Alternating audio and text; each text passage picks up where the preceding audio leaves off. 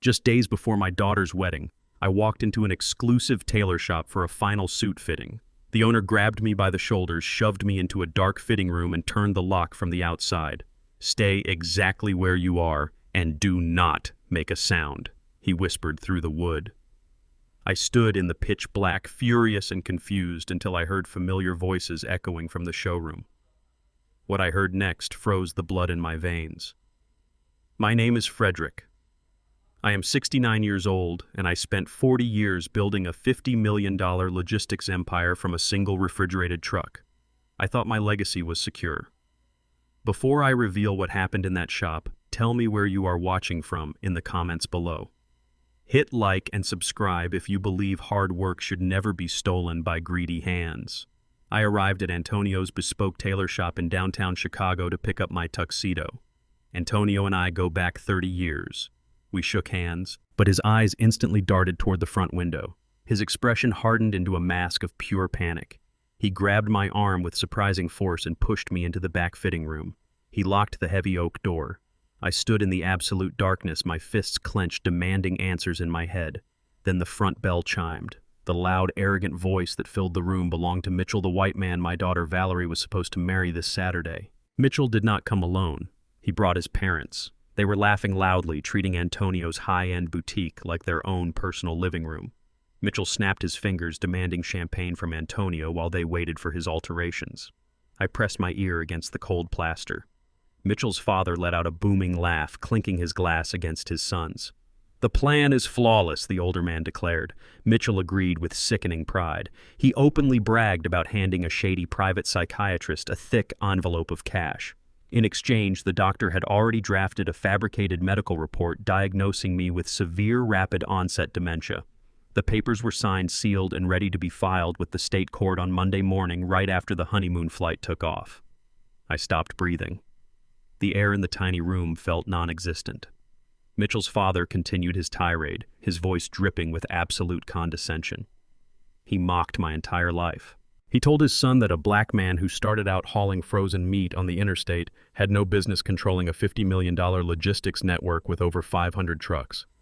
He called my empire a gold mine waiting to be claimed by civilized people who actually knew how to manage wealth.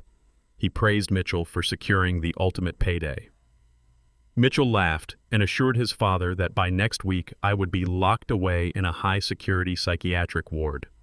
He claimed the temporary guardianship order would grant him absolute control over my corporate accounts, my commercial real estate, and my personal assets. They toasted to my total destruction. They drank champagne to celebrate stealing the empire I built with broken sleep and cracked ribs while I stood 10 feet away in the dark. My own daughter's fiancé was planning to erase my existence. The rage that sparked in my chest was completely devoid of sorrow. It was pure, icy calculation. I memorized the sound of their laughter, turning it into fuel for the war they had just declared. The front door eventually chimed again as they walked out, their arrogant laughter fading into the street noise. Antonio unlocked the fitting room door. I stepped out into the light. Neither of us said a word. Antonio walked over to his computer, downloaded the security camera footage and audio, and handed me a silver flash drive. He looked me directly in the eye and told me to burn them to the ground. I put the drive in my pocket. Driving back to my estate, the pieces of a terrifying puzzle slammed into perfect place. For the past 2 months, Valerie had been incredibly insistent on managing my health. My own daughter had brought me a new, highly expensive brand of daily cognitive supplements, watching me closely every morning to ensure I swallowed them. I had assumed it was maternal care inherited from her late mother, Josephine. I was completely wrong. The pills were not vitamins. They were the chemical foundation of the fake dementia diagnosis. Valerie was actively poisoning my mind to create the physical symptoms Mitchell's bribed doctor would document. She was a willing participant in her father's execution. Josephine had worked double shifts cleaning hospital floors to put Valerie through elite private schools. I had driven 36 straight hours through blizzards to buy her first car, and she repaid us by serving me neurotoxins with a smile. I gripped the steering wheel until my knuckles turned gray. There would be no forgiveness. I pulled into the long driveway of my estate, walked straight past the kitchen, and entered my private study. I locked the solid oak door behind me and went directly to the floor safe hidden beneath the desk. I spun the combination with mechanical precision. I needed to see exactly how far their claws had dug into my life. I pulled out my physical financial portfolio and flipped straight to the life insurance documents. The ink on the updated policy forms was fresh. The primary beneficiary on my $10 million life insurance policy had been recently altered. My signature was perfectly forged at the bottom of the page. The new sole beneficiary was Mitchell. They were not just planning to lock me away in a facility, they were preparing for my highly profitable death. I placed the documents back into the safe and closed the heavy steel door. I did not shed a single tear.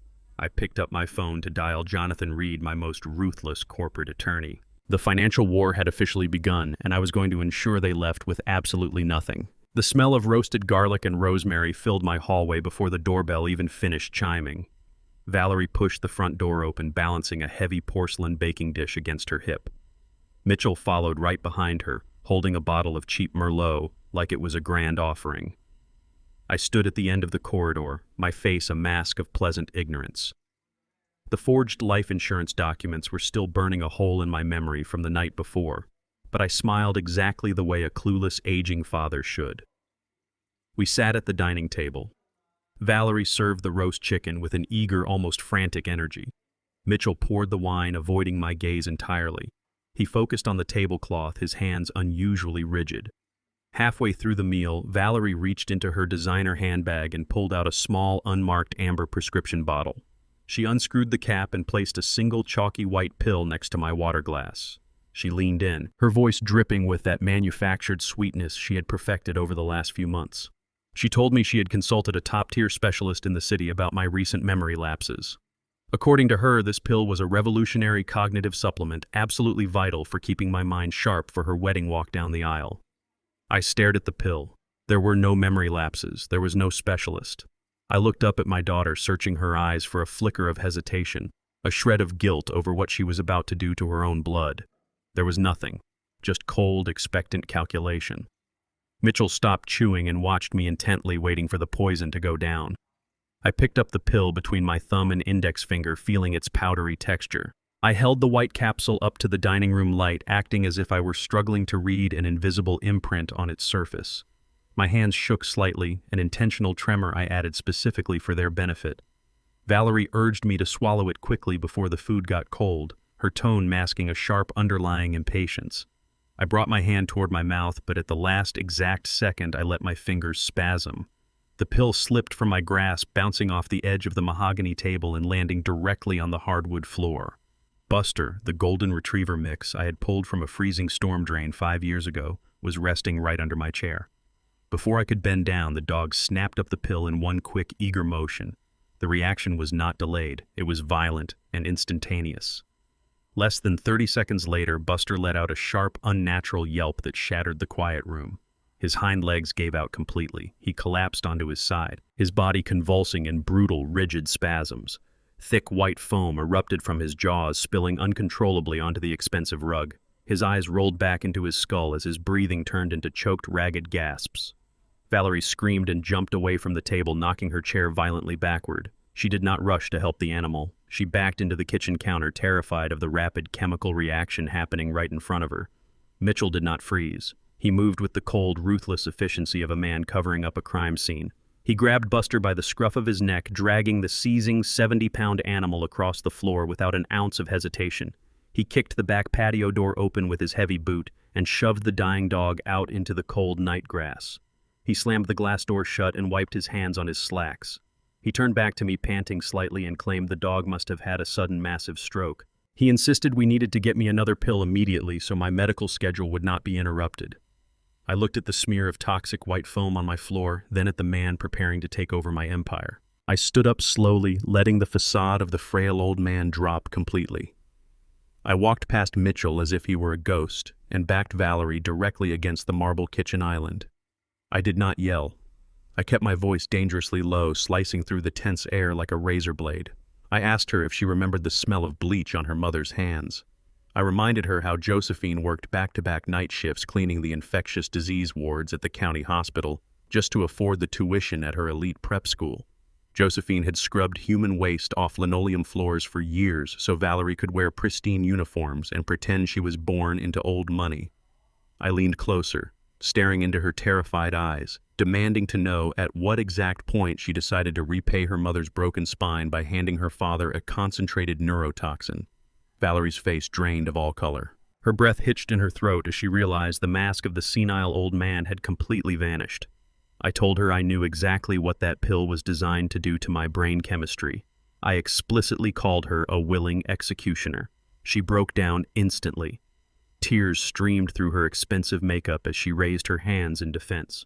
She pointed a trembling finger straight at Mitchell. She swore she had no idea the dosage was lethal. She cried that Mitchell told her it was just a strong sedative to keep me compliant while he finalized the business paperwork. She threw her future husband under the bus the second her own safety was threatened. I turned away from her pathetic display and pulled out my phone. I dialed the emergency veterinary clinic and ordered an ambulance unit to my address immediately. I walked out to the patio and knelt beside Buster. His breathing was shallow, his body still twitching uncontrollably. When the emergency vet arrived and stabilized him, the lead technician took one look at the foaming residue. He confirmed the substance was a heavy industrial-grade sedative, a compound absolutely fatal to any living creature in high doses. Valerie stood in the doorway watching. She had known the dosage was meant to destroy my cognitive function permanently. She had known it was a chemical lobotomy. I instructed the medics to take Buster to the clinic and save him at any cost. I walked back into my empty house. Mitchell had already fled the property and Valerie was sobbing in her car in the driveway. I did not go out to comfort her. I locked my front door and dialed Jonathan Reed. He answered on the first ring. I gave him a single definitive instruction. I told him the poison was already on the table, and it was time to unleash the financial slaughter. The digital clock on the dashboard of my truck glowed a steady red. 2 a.m. I parked 3 blocks away from the downtown high-rise where Valerie and Mitchell lived.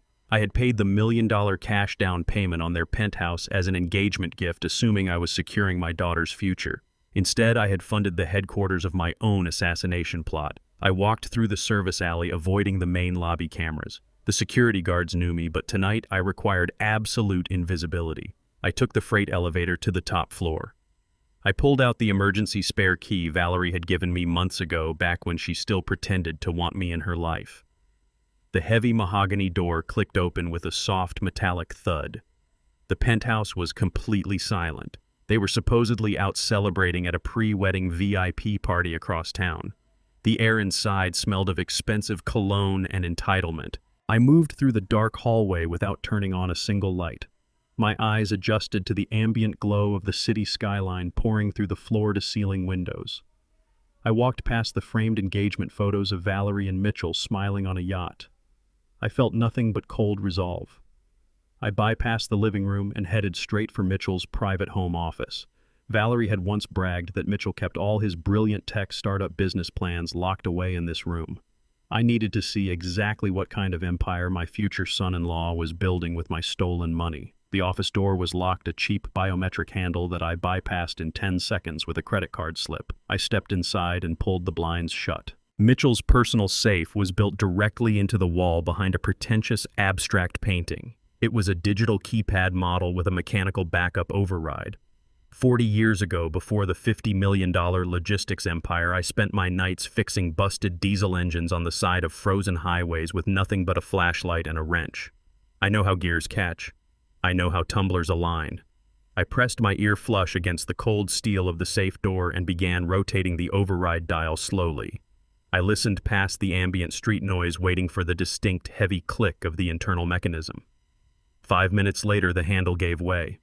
I swung the heavy steel door open and aimed my penlight inside. I expected to find forged medical documents or fake psychiatric evaluations. I expected corporate blueprints detailing his hostile takeover of my company. There were no business plans. There were no tech startup blueprints. Instead, I found 3 thick manila folders bound with heavy rubber bands. I pulled them out and spread the papers across the glass desk. They were ledger printouts, wire transfer receipts, and handwritten promissory notes. The numbers were absolutely staggering. Mitchell was bleeding cash. He had placed massive, catastrophic bets on offshore sports books and illegal crypto exchanges. The total debt sat at exactly $3 million. But it was not owed to any legitimate bank. I recognized the emblem stamped on the threatening collection notices. It belonged to a violent underground syndicate operating out of the city's port district.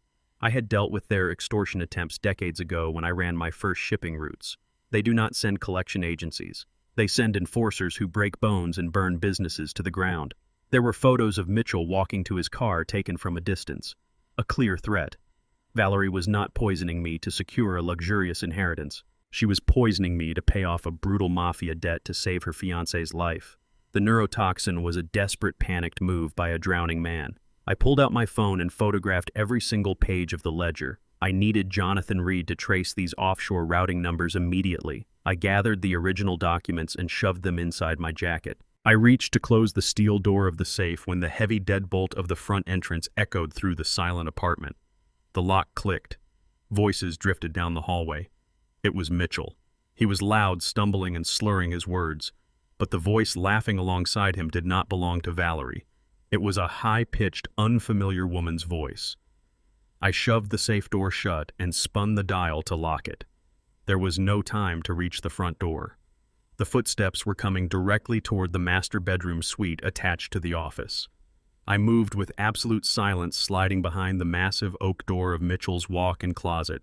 Just as the office lights flicked on, I left the closet door open, a tiny crack, holding my breath. Mitchell stumbled into the room, leaning heavily against the doorway. His designer suit was unbuttoned, his tie hanging loose around his neck. A tall, blonde woman in a tight sequined dress wrapped her arms around his neck, giggling as she pulled him toward the desk. The sheer audacity of the scene disgusted me. My daughter was somewhere at a pre-wedding party acting like a devoted bride while her fiancé was bringing a mistress into the home I purchased for them. Mitchell grabbed a bottle of scotch from his desk tray and poured 2 glasses with shaking hands. The woman traced her fingers across his chest, complaining about the wedding. She whined that she hated seeing him pretend to love Valerie. Mitchell drank the scotch in one gulp and pulled her close. He told her she only had to endure this charade for 3 more days. I raised my phone and hit record. The audio captured every disgusting detail of their exchange. Mitchell promised the mistress that the wedding was purely a business transaction. He stated with chilling clarity that by Monday morning his father-in-law would be permanently locked inside a high-security psychiatric asylum. He bragged that once he had the medical power of attorney, he would drain the corporate accounts, pay off his debts, and disappear with her to a private island. He called Valerie a pathetic pawn who actually believed he loved her. I stopped the recording. I had the exact leverage I needed. Mitchell pulled the woman toward the master bedroom, leaving the office empty. I waited for the heavy bedroom door to click shut. I stepped out of the closet, clutching the syndicate debt ledgers against my chest. I bypassed the front door entirely and moved swiftly to the kitchen balcony. I unlocked the sliding glass door, stepped out into the freezing night air, and climbed down the metal fire escape. I reached my truck in the alley and started the engine. The financial slaughter was no longer just about protecting my wealth. It was about absolute annihilation. I walked into the kitchen the next morning wearing my blue button-down shirt completely inside out. The seams and tags were exposed for everyone to see. Valerie and Mitchell were already sitting at the granite island drinking espresso and reviewing floral arrangements for the wedding. I dragged my feet slightly, adopting the shuffled gait of a man losing his connection to reality. I reached for the heavy glass carafe of hot coffee sitting near the edge of the counter. I deliberately let my grip falter. The carafe tipped forward, slamming against the marble surface. Boiling dark liquid cascaded across the table, ruining Valerie's bridal magazines and splashing violently onto Mitchell's expensive suede loafers. Mitchell jumped back, letting out a sharp curse as the hot coffee soaked his socks. Valerie slammed her hands on the counter, her face contorting with immediate rage. I stood there staring blankly at the spreading brown puddle, letting my hands shake exactly the way the forged medical documents would describe. I did not apologize. I simply muttered a confused, disjointed sentence about my hands feeling numb. This was the performance they needed to validate their stolen paperwork, so I gave them a flawless opening act. I knew they needed visible proof of my decline to convince a family court judge to grant the emergency guardianship. By wearing my shirt backwards and creating a chaotic mess, I was handing them the exact ammunition they thought they required to lock me away. I watched their reactions carefully from behind my mask of frailty. Neither of them moved to check if the boiling coffee had burned my skin. Their only concern was the damage to their belongings and the inconvenience to their morning schedule. The trap was set perfectly. Mitchell did not grab a towel to clean the mess. He immediately reached into his jacket pocket and pulled out his smartphone. A sickening smirk crept across his face as he tapped the screen and pointed the camera lens directly at me. He narrated the video with an exaggerated, patronizing tone of fake concern. He explicitly stated the date and time, documenting aloud how I was supposedly becoming a severe danger to myself and others. He made sure the camera captured my inside-out shirt and the shattered coffee carafe on the floor. He was building his legal case right in front of me, entirely unaware that I had spent the previous night photographing the $3 million syndicate debt currently hanging over his head. Valerie did not stop him from recording. She leaned against the refrigerator and let out a loud, theatrical sigh of absolute exhaustion. She complained bitterly to Mitchell that she could not deal with this level of burden just days before her wedding. She whined about the stress of caring for a father who was rapidly losing his mind, claiming my mere presence was ruining what should be the happiest week of her life. She openly discussed the logistical nightmare of managing a sick old man speaking about me in the third person, as if I were already deaf or entirely absent from the room. She told Mitchell they needed to accelerate the legal paperwork to secure my placement in a specialized care facility by Monday at the latest. Mitchell nodded vigorously, keeping the camera trained on my face. He reassured her that his lawyer was on standby and the medical evaluation was locked in. They were literally planning my institutionalization to my face, arrogant enough to believe the drugs they were slipping me had already eroded my comprehension. I absorbed every single word. I locked away every visual detail of my daughter complaining about the inconvenience of my existence while her fiancé filmed my staged humiliation. They believed they were cornering a helpless animal. They failed to realize I was feeding them enough rope to hang themselves. Mitchell finally lowered his phone, satisfied with his manufactured evidence. He demanded I go upstairs and stay out of their way. I did not retreat to my room. I straightened my posture just a fraction and looked directly into my daughter's eyes. The shaking in my hands ceased entirely. I lowered my voice to a whisper that cut through the kitchen like a serrated blade. I asked Valerie if she remembered the brutal winter of 1998. I reminded her of the exact night I stood in a freezing, unheated garage for 14 straight hours, rebuilding a cracked engine block with bleeding fingers. I told her I worked through frostbite and sheer exhaustion just to rebuild the transmission on the used sedan she drove to her high school graduation. I rebuilt that engine piece by piece so she would never have to walk in the snow. Yet here she was, standing in a kitchen I paid for, complaining that my existence was a temporary burden on her luxury wedding plans. Valerie's face turned the color of ash. The arrogance instantly drained from her features. She stepped back, bumping into the refrigerator, entirely unnerved by the sudden razor-sharp clarity in my voice. She stammered, attempting to justify her outburst, claiming she was just overwhelmed by the wedding preparations and the deep stress of my recent health issues. She tried to deflect her cruelty, throwing a desperate, pleading glance at Mitchell for support. I did not let her finish her pathetic excuse. I simply told her that a daughter who actively colludes to lock her father in an asylum to clear a path for a man's gambling debts has totally forfeited the right to complain about family stress. Her jaw dropped in absolute horror, realizing I remembered everything. She had no response to the harsh reality of her own betrayal. I turned my back onto their stunned faces and walked down the hallway to my master bathroom. The moment the heavy door clicked shut behind me, the entire facade of the confused, failing old man vanished completely. I stood before the mirror, my mind operating with lethal efficiency. I pulled my secure cell phone from my pocket and dialed Jonathan Reed. He picked up immediately, anticipating my call. I did not offer any greetings or small talk. I issued a single unbreakable command. I told him to execute the absolute asset transfer immediately. I authorized him to move every single dollar, every corporate deed, and every ounce of equity into the untouchable offshore blind trust we had prepared. I ordered him to officially leverage the estate and bind it to the massive corporate debt. Jonathan confirmed the execution protocol was live. I instructed him to leave Mitchell and Valerie nothing but the hollow shell of a bankrupt empire. They wanted to assume full legal control of my life. I was going to legally mandate that they inherit my financial destruction. I hung up the phone.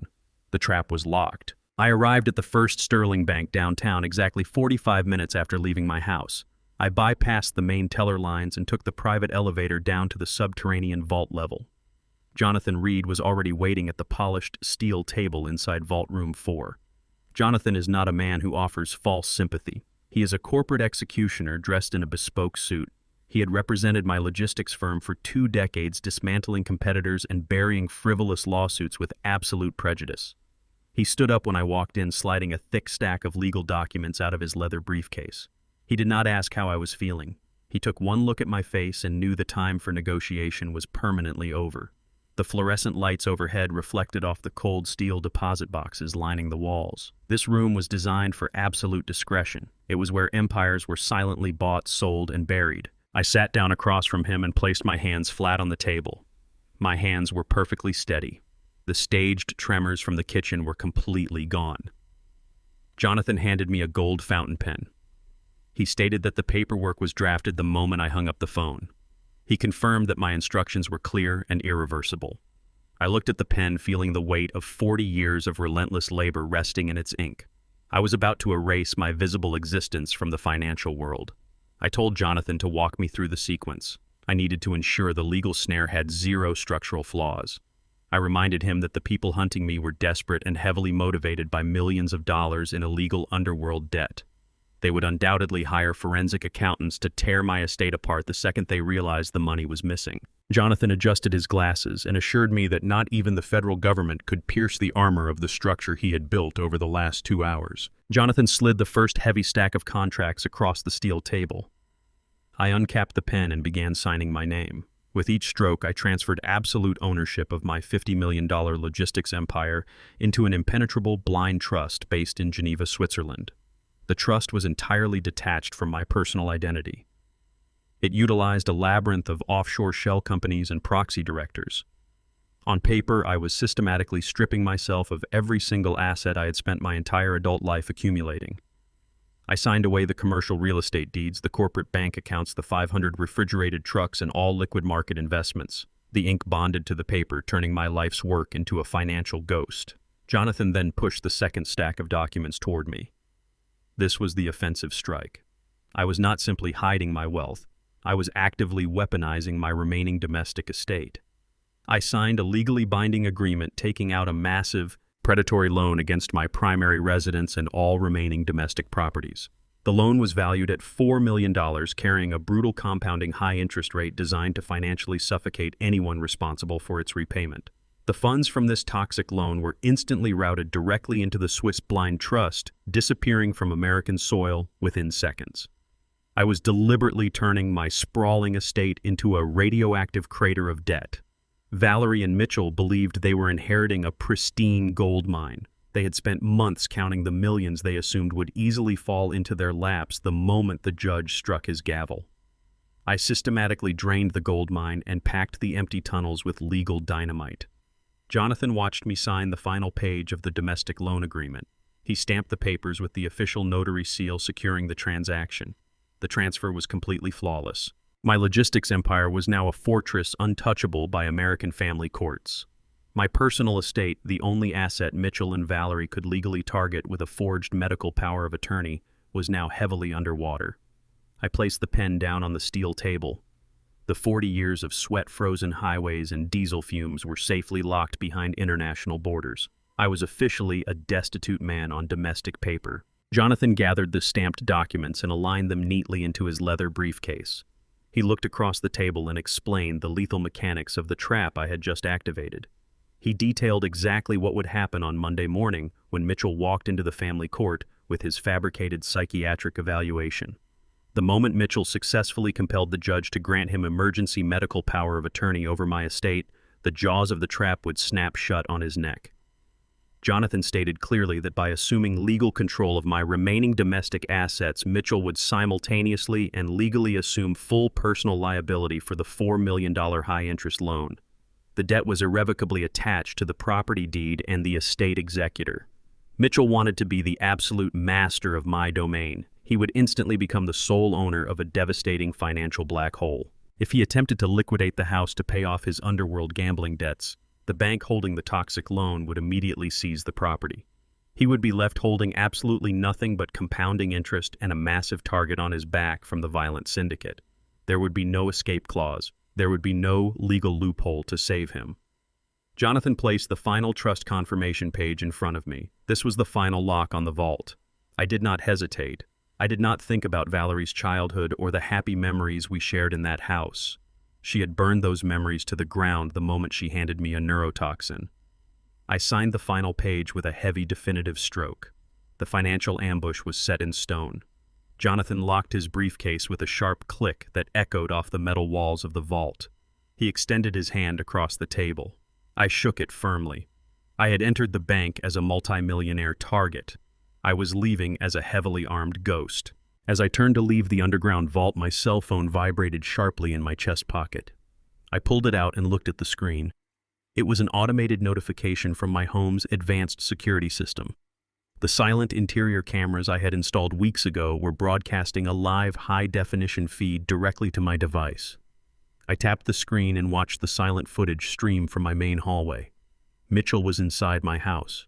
He was not alone. He was actively walking a man carrying a clipboard and a laser measuring device through my private living room. The man was a real estate appraiser. Mitchell was already taking detailed measurements of my home to prepare it for an immediate rapid cash sale. He was standing on my expensive Persian rug, pointing out the architectural features of the house, operating under the arrogant assumption that I was wandering aimlessly upstairs with a ruined brain. He was eagerly pricing my home to pay off the $3 million bounty hanging over his head. I watched him laugh on the small screen pointing at the crown molding. I slipped the phone back into my pocket and walked out of the bank. I arrived at the upscale restaurant for the rehearsal dinner precisely on time. The venue was a fortress of crystal chandeliers and white linen. I wore a tailored charcoal suit projecting absolute composure. Mitchell's mother, an overly perfumed woman with sharp features, intercepted me at the grand entrance. She did not offer a greeting. She signaled a waiter to intercept my path. She announced loudly enough for the arriving guests to hear that my deteriorating condition required a special seating arrangement. She claimed I needed a quiet space away from the stimulation of the main dining floor. She claimed I needed isolation for my own safety. The waiter escorted me away from the center of the room. He led me past the joyful crowds, past the string quartet, and past my own daughter. Valerie did not look up. She kept her eyes locked on her champagne flute. The waiter pulled out a chair at a small, poorly lit table positioned directly next to the swinging kitchen doors. The smell of dish soap and industrial grease bled through the gaps every time a busboy rushed past. I sat down in the shadows. I watched the head table across the vast room. Mitchell and Valerie sat at the center, flanked by his parents. They were holding court, drinking top-tier wine, celebrating the wealth they believed they had successfully stolen. I did not complain to the management. I did not cause a scene at the door. I sat in the dark and watched them celebrate my fabricated demise. I watched them celebrate my fabricated demise. I watched them celebrate my fabricated demise. The clatter of plates and the shouting of chefs behind me served as the perfect soundtrack. They thought they had buried me alive. They thought I was a decaying relic assigned to the garbage pile. They were entirely wrong. The clinking of silver against crystal silenced the room. Mitchell's father stood up at the head table. He adjusted his expensive silk tie and tapped a spoon against his champagne glass. The entire restaurant turned their attention to him. He began his toast with a series of fake, hollow pleasantries about joining two families. Then his tone shifted. It became heavy with manufactured pity. He gestured toward my dark corner near the kitchen doors. He told the 100 guests that tonight was not just about a wedding. He declared it was about stepping up to protect the vulnerable. He spoke my name with a sickening practiced sorrow. He announced to the silent room that my once great logistics company was currently failing under the weight of my declining mental health. He claimed the empire was crumbling. He claimed my mind was crumbling. He claimed everything I built was crumbling. The guests turned their heads to stare at me, their eyes filled with misplaced sympathy and quiet judgment. Mitchell's father raised his glass higher. He proclaimed that his family would benevolently take over the entire corporate operation. He stated they were stepping in to save the poor, sick old man from utter financial ruin. He painted his son as a savior, rescuing a dying business from a demented truck driver. Mitchell nodded solemnly, playing the role of the reluctant hero. Valerie wiped a fake tear from her cheek, completely validating the lie. The audacity was absolute. They were publicly assassinating my legacy to justify their theft. They were using my life's work to buy social currency among their elite friends. I listened to the applause that followed his speech. The guests clapped for the thieves. They clapped for the liars. They clapped for my destruction. I sat perfectly still, my hands resting flat on the cheap tablecloth. I did not grip the edges. I did not let anger cloud my vision. The $4 million debt trap was already sealed in Switzerland, and these arrogant fools were publicly claiming ownership of a radioactive crater. Every word Mitchell's father spoke was another nail in his own financial coffin. I let the applause wash over me, memorizing the faces of every person who smiled at my public execution. The applause eventually died down. I stood up from my shadowed table. I picked up a full, untouched glass of dark red wine. I walked across the dining room with slow, deliberate steps. The room fell into a dead silence. Every eye tracked my movement. I did not shuffle. I did not look confused. I walked with the absolute authority of a man who owned the ground he stepped on. I stopped directly in front of the head table. Mitchell's mother looked up at me, a condescending smirk playing on her lips. She prepared to offer me a patronizing compliment. I did not give her the chance. I tipped the crystal glass forward. I poured the dark red wine directly over her shoulders. The thick liquid cascaded down her expensive white silk dress, soaking into the fabric and pooling in her lap. She let out a piercing, high-pitched scream, shoving her chair back violently. The glass shattered on the floor. Mitchell sprang up from his seat. He lunged across the table and grabbed my lapels with both hands, his face red with sudden explosive rage. He demanded to know what was wrong with my broken brain. He tried to physically shake me. I did not flinch. I did not break eye contact. I stared directly into his panicked eyes. I stared directly into his panicked eyes. I stared directly into his panicked eyes. I spoke with a voice cold enough to freeze the air between us. I told him I was in perfect possession of my faculties. I told him I was simply washing away the garbage. I slapped his hands off my suit jacket with a sharp, brutal strike. The entire room held its breath, paralyzed by the sheer violence of the confrontation. Valerie slammed her hands on the table, her voice shrill and echoing off the vaulted ceilings. She screamed at me to get out of the restaurant. She commanded me to leave her perfect night and never return to ruin her life again. I did not offer a single word of defense. I adjusted my cuffs, turned my back on the ruined head table, and walked out the grand front doors. I walked out with my head held high, leaving them to their stained silk and their hollow victory. The crisp night air felt clean against my face. I drove my truck back to the silent, empty estate. I walked through the front doors, my mind shifting immediately to the next phase of the counteroffensive. I headed straight for my private study to review the remaining offshore transfer confirmations. I pushed open the heavy oak door. The smell of burned metal and ozone hit my face instantly. I looked past my desk toward the wall behind the bookshelf. The heavy steel door of my personal wall safe hung wide open on ruined hinges. The thick metal had been violently sliced apart with an industrial angle grinder. Scorched debris and metal shavings covered the expensive rug. The trap had been successfully sprung. The acrid smell of burned steel and ozone hung heavily in the air of my private study. I stood over the ruined Persian rug, staring at the jagged edges of my personal wall safe. The thick metal door had been violently sliced open with an industrial angle grinder, the interior exposed and entirely stripped.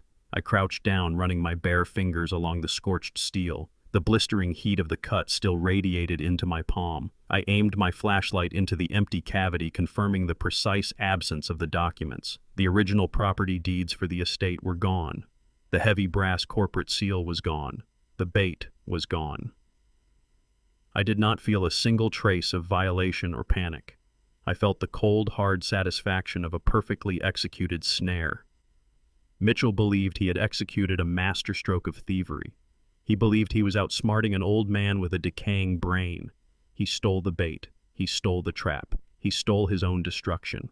He cut through the steel, believing he was breaking into my life when in reality he was locking himself inside a cage he could never escape.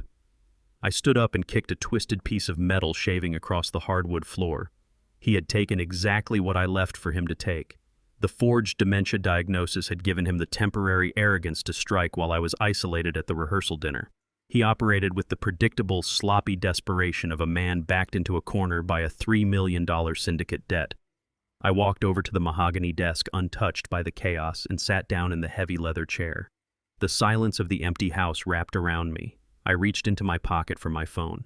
The physical breach of my home was irrelevant. The financial breach was the only thing that mattered. I dialed Jonathan Reed. He answered on the first ring, his voice razor-sharp and devoid of any unnecessary pleasantries. I informed him that the physical assets had been removed from the property. Jonathan did not pause. He delivered the legal reality with absolute chilling precision. Mitchell had not wasted a single second. While his parents were publicly humiliating me at the dinner, Mitchell's lawyer had bypassed the standard court docket. They used the fabricated psychiatric evaluation, citing a severe and immediate cognitive collapse, to push through an emergency guardianship order. The forged signatures of the bribed doctor had acted exactly as the skeleton key Mitchell desperately needed. A judge had signed the paper exactly an hour ago, stripping away my legal autonomy in the dark. Mitchell now possessed full legal authority over my domestic existence.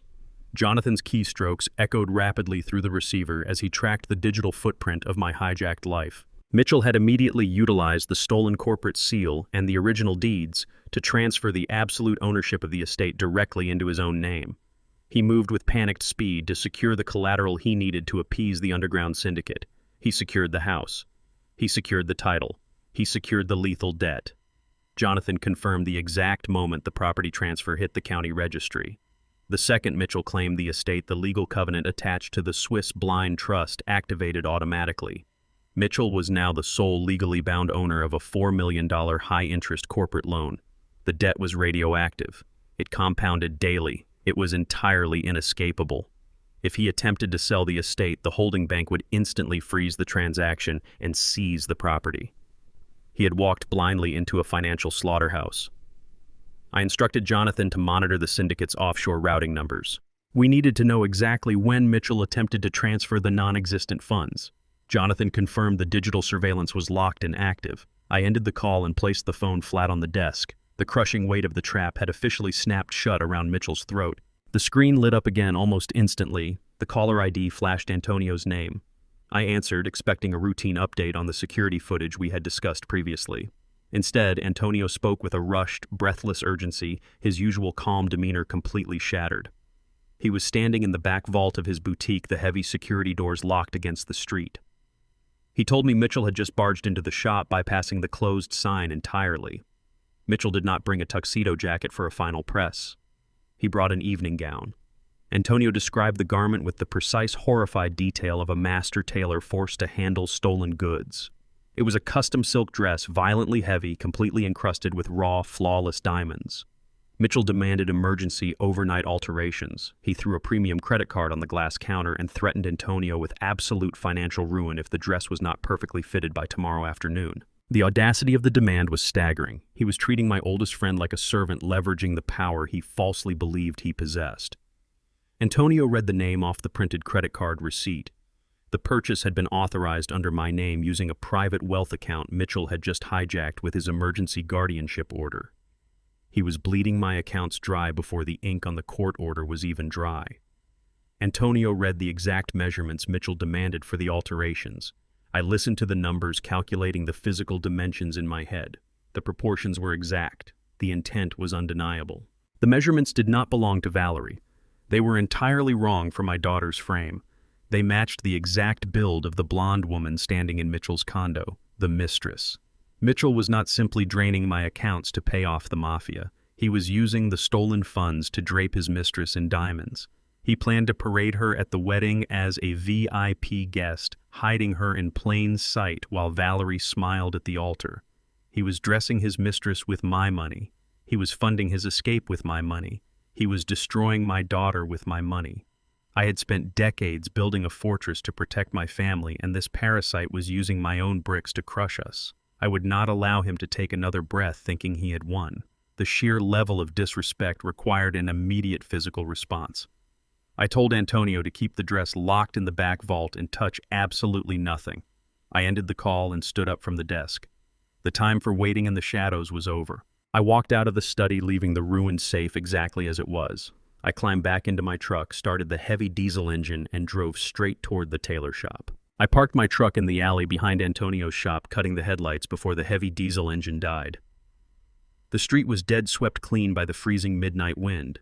Antonio was waiting by the reinforced steel service door. He unlocked the deadbolts the second my boots hit the pavement. Inside the shop was a graveyard of headless mannequins and draped fabric.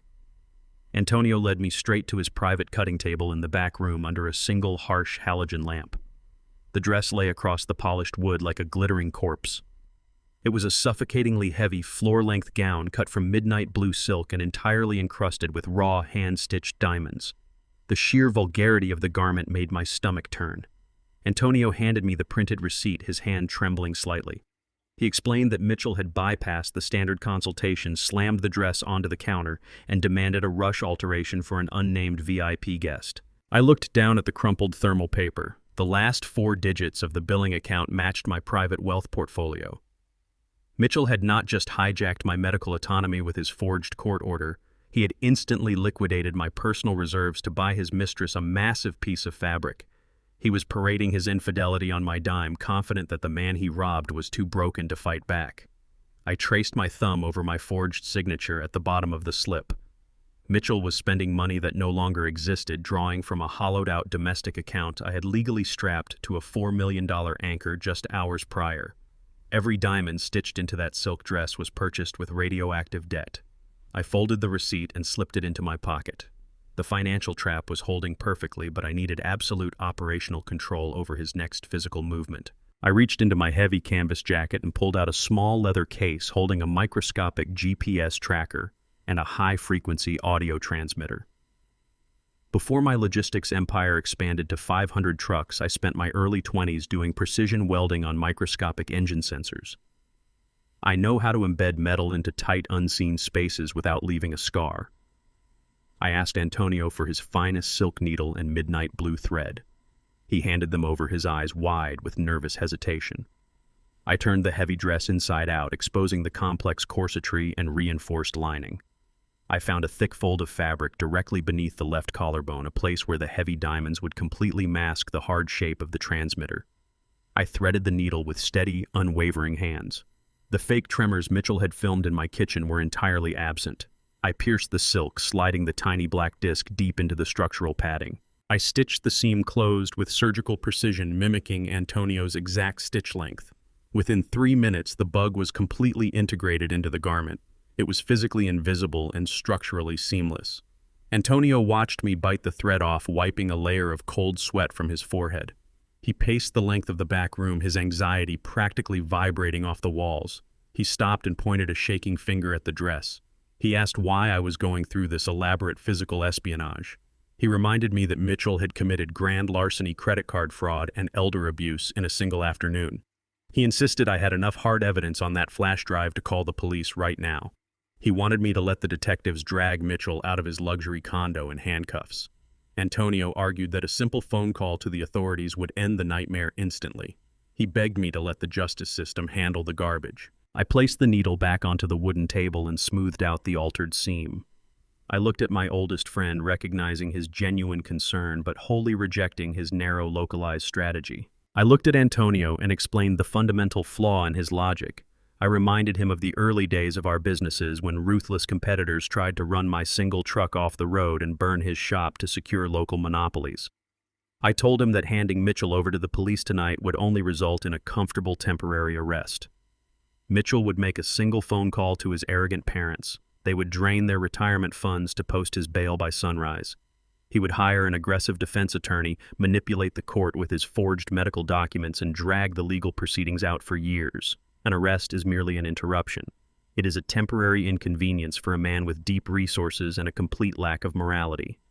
I told Antonio that destroying a man like Mitchell requires absolute synchronized annihilation.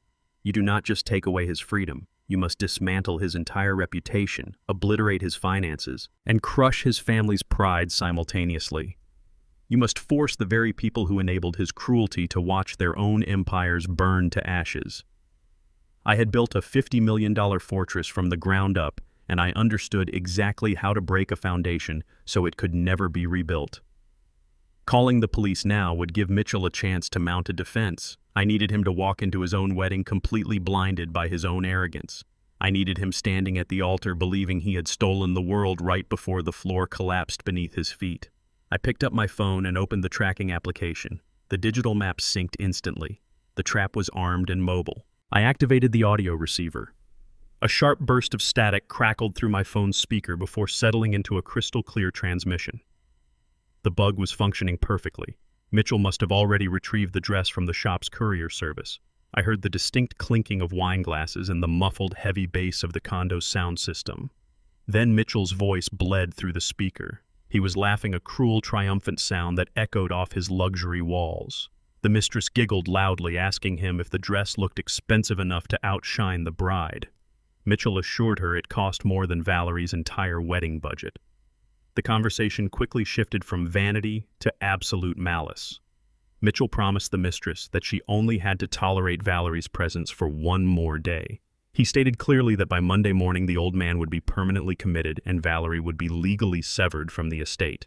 He was planning to cut my daughter out of the fortune entirely the moment the ink dried on the marriage certificate. I locked the screen and stepped out into the freezing night. The execution order was final. I stepped through the heavy bronze doors of the municipal family court building precisely at 9 in the morning. The fluorescent lights overhead buzzed with a sterile, unforgiving hum, illuminating the polished marble floors. I did not rush. I walked with the measured, deliberate pace of a man who held the executioner's switch in his pocket. Down the long, echoing corridor inside courtroom 4, the emergency hearing was already in session. I pushed open the double wooden doors just wide enough to slip inside without causing a disruption, stepping silently into the back of the gallery. Mitchell and Valerie stood shoulder to shoulder at the petitioner's table, presenting a united front of manufactured grief. Valerie dabbed at her eyes with a silk handkerchief, playing the role of the heartbroken daughter forced to make an agonizing decision to lock her father away. Mitchell stood tall beside her, wearing a conservative navy suit, projecting the flawless image of a responsible son-in-law stepping up to bear a tragic burden. They were actively petitioning the presiding judge to convert their temporary emergency order into a permanent, irrevocable conservatorship. They wanted absolute, indefinite control over my life, my medical decisions, and my financial estate. They needed this final judicial stamp to legally legitimize their theft and finalize my erasure from the world. The judge, a stern woman with decades of experience on the bench, looked down at them with a mixture of sympathy and procedural caution. Mitchell spoke in a low, respectful tone, claiming my mental deterioration had accelerated terrifyingly over the weekend. He cited my behavior at the rehearsal dinner as definitive proof of my dangerous, unpredictable psychosis. He painted my deliberate act of defiance as a violent, unprovoked outburst from a broken mind. I sat down silently in the back row.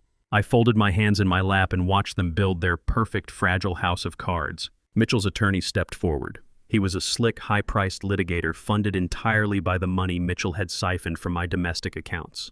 The lawyer dramatically opened a thick leather binder and extracted the forged psychiatric evaluation. He approached the bench with a heavy sigh and handed the fabricated document directly to the judge. He stated for the official court record that the report was conducted by a leading municipal neurologist after a thorough and exhausting examination. He summarized the forged findings with practiced gravity, outlining a catastrophic diagnosis of rapid-onset dementia, coupled with severe paranoid delusions. He explicitly read the fabricated warning stating that I posed an immediate physical threat to myself and my family members, claiming my cognitive decline was irreversible. The lawyer argued that any delay in granting permanent guardianship would result in absolute financial and physical harm. He demanded that the court permanently revoke my fundamental human rights to ensure my absolute safety. Mitchell wrapped a supportive arm around Valerie. She leaned into him, letting out a perfectly timed, muffled sob. The performance was nauseatingly flawless. They had rehearsed this exact sequence of emotional manipulation down to the second. The judge adjusted her reading glasses and meticulously reviewed the forged medical document. The courtroom fell into a heavy, oppressive silence. I watched the judge's eyes scan the fabricated signature at the bottom of the page. She looked up from the binder, her expression hardening with deep judicial concern. She addressed the courtroom, stating that the medical evidence presented was deeply alarming. She noted that the law required her to act swiftly and decisively to protect vulnerable seniors from severe cognitive collapse. She reached across her heavy mahogany desk and picked up her official black pen. She announced that based on the sworn medical testimony and the corroborated reports of erratic public behavior, she was fully prepared to sign the final order. She was seconds away from legally executing my independence. Mitchell's posture relaxed entirely. A microscopic, triumphant smirk briefly flashed across his face. He believed he had won the war. He believed the massive syndicate debt was permanently erased, his mistress was secured, and his absolute control over my life was finally cemented in law. He took a deep breath, ready to accept the keys to my kingdom. The heavy wooden doors at the back of the courtroom swung open with a violent, echoing crash. The sharp sound completely shattered the silence, freezing the judge's hand inches above the permanent order. Jonathan Reed marched down the center aisle. He did not ask for permission to approach the bench. He bypassed the gallery entirely, carrying a massive stack of legal files. He announced his presence with a booming, authoritative voice, stating his name and his official capacity as my primary legal counsel. Mitchell's attorney immediately objected, shouting that the proceeding was a closed emergency hearing. The judge slammed her gavel, demanding order, but Jonathan ignored the objection completely. He reached the defense table and slammed his files down with the force of a hammer strike. He looked directly at the judge and declared that the medical document currently resting on her desk was a malicious criminal forgery. The judge dropped her pen, leaning back in her chair with shocked skepticism. Jonathan did not give her time to question his assertion. He presented 3 separate certified neurological evaluations conducted over the past 48 hours by the top 3 cognitive specialists in the state. He stated for the record that all 3 independent doctors had subjected me to rigorous, comprehensive testing. All 3 evaluations unanimously concluded that my cognitive function was absolutely flawless. Jonathan then pulled a sealed dossier from his briefcase and handed it directly to the bailiff. He announced that the dossier contained a sworn report from a licensed private investigator. The report definitively proved that the doctor whose signature appeared on Mitchell's evaluation had not practiced medicine in 3 years and was currently residing out of the country. Jonathan declared that the petitioners had knowingly submitted fraudulent medical records to deceive the court and execute a hostile financial takeover. The judge's face drained of color before flushing with absolute, unadulterated judicial fury. She threw the forged psychiatric evaluation across her desk. She slammed her gavel down with terrifying force, officially striking the document from the record. She fiercely rejected the petition for permanent guardianship, declaring the temporary order immediately void. She stared directly at Mitchell and his attorney, warning them that she was formally referring the fraudulent submission to the district attorney for criminal prosecution. The hearing was terminated instantly. I stood up and walked out of the courtroom while Mitchell and Valerie stood frozen in panicked shock. I pushed through the exit doors and stepped into the vast, echoing corridor. I did not have to wait long. Mitchell burst through the doors seconds later, his face contorted into a mask of pure, desperate hatred. He lunged toward me, completely ignoring the presence of the court officers standing down the hall. He stopped inches from my face, his breath ragged and smelling of stale coffee. He cornered me against the marble wall, his eyes wide with the realization of his impending destruction. He lowered his voice to a venomous, shaking whisper. He threatened me directly, stating that I had just signed my own death warrant. He promised me with absolute chilling certainty that he would ensure I did not survive the night. The sun rose over the estate, casting long, sharp shadows across the manicured lawn. Downstairs, the caterers were already unloading crystal glasses and silver platters for the grand reception. The entire house vibrated with the frantic energy of a luxury wedding, a celebration funded by stolen money and built on a foundation of absolute betrayal. I sat in the high-backed leather chair in my master bedroom, fully dressed in my charcoal suit. I did not move. I did not blink. I waited for the final act of their pathetic play to begin. The heavy oak door creaked open precisely at 9 o'clock. Valerie walked into the room carrying a silver tray. She wore her silk getting-ready robe, her hair pinned up in elaborate curls. She balanced a porcelain bowl of steaming broth on the tray. Her face was a mask of perfectly manufactured concern. She walked slowly, adopting the gentle, patronizing gait one might use when approaching a frightened animal. She set the tray down on the small table beside my chair. She told me I needed to eat. She told me the day would be long and exhausting. She told me I needed my strength for the ceremony. Every word was coated in a sickening layer of false affection. I looked at the bowl. I looked at the steam rising from the dark liquid. I looked at my daughter. She stood there waiting for me to consume the poison she had carefully prepared. She stood there waiting for my mind to completely unravel before she walked down the aisle. She stood there waiting for my death. I did not reach for the silver spoon. I did not offer a nod of weak gratitude. I stared directly into Valerie's eyes until the manufactured warmth entirely drained from her face. The silence in the bedroom stretched into a suffocating tension. Her smile faltered. Her hands began to twitch, betraying the sheer panic bubbling just beneath her pristine exterior. I picked up the porcelain bowl with a perfectly steady hand. I did not break eye contact. With a sudden explosive motion, I hurled the bowl across the room.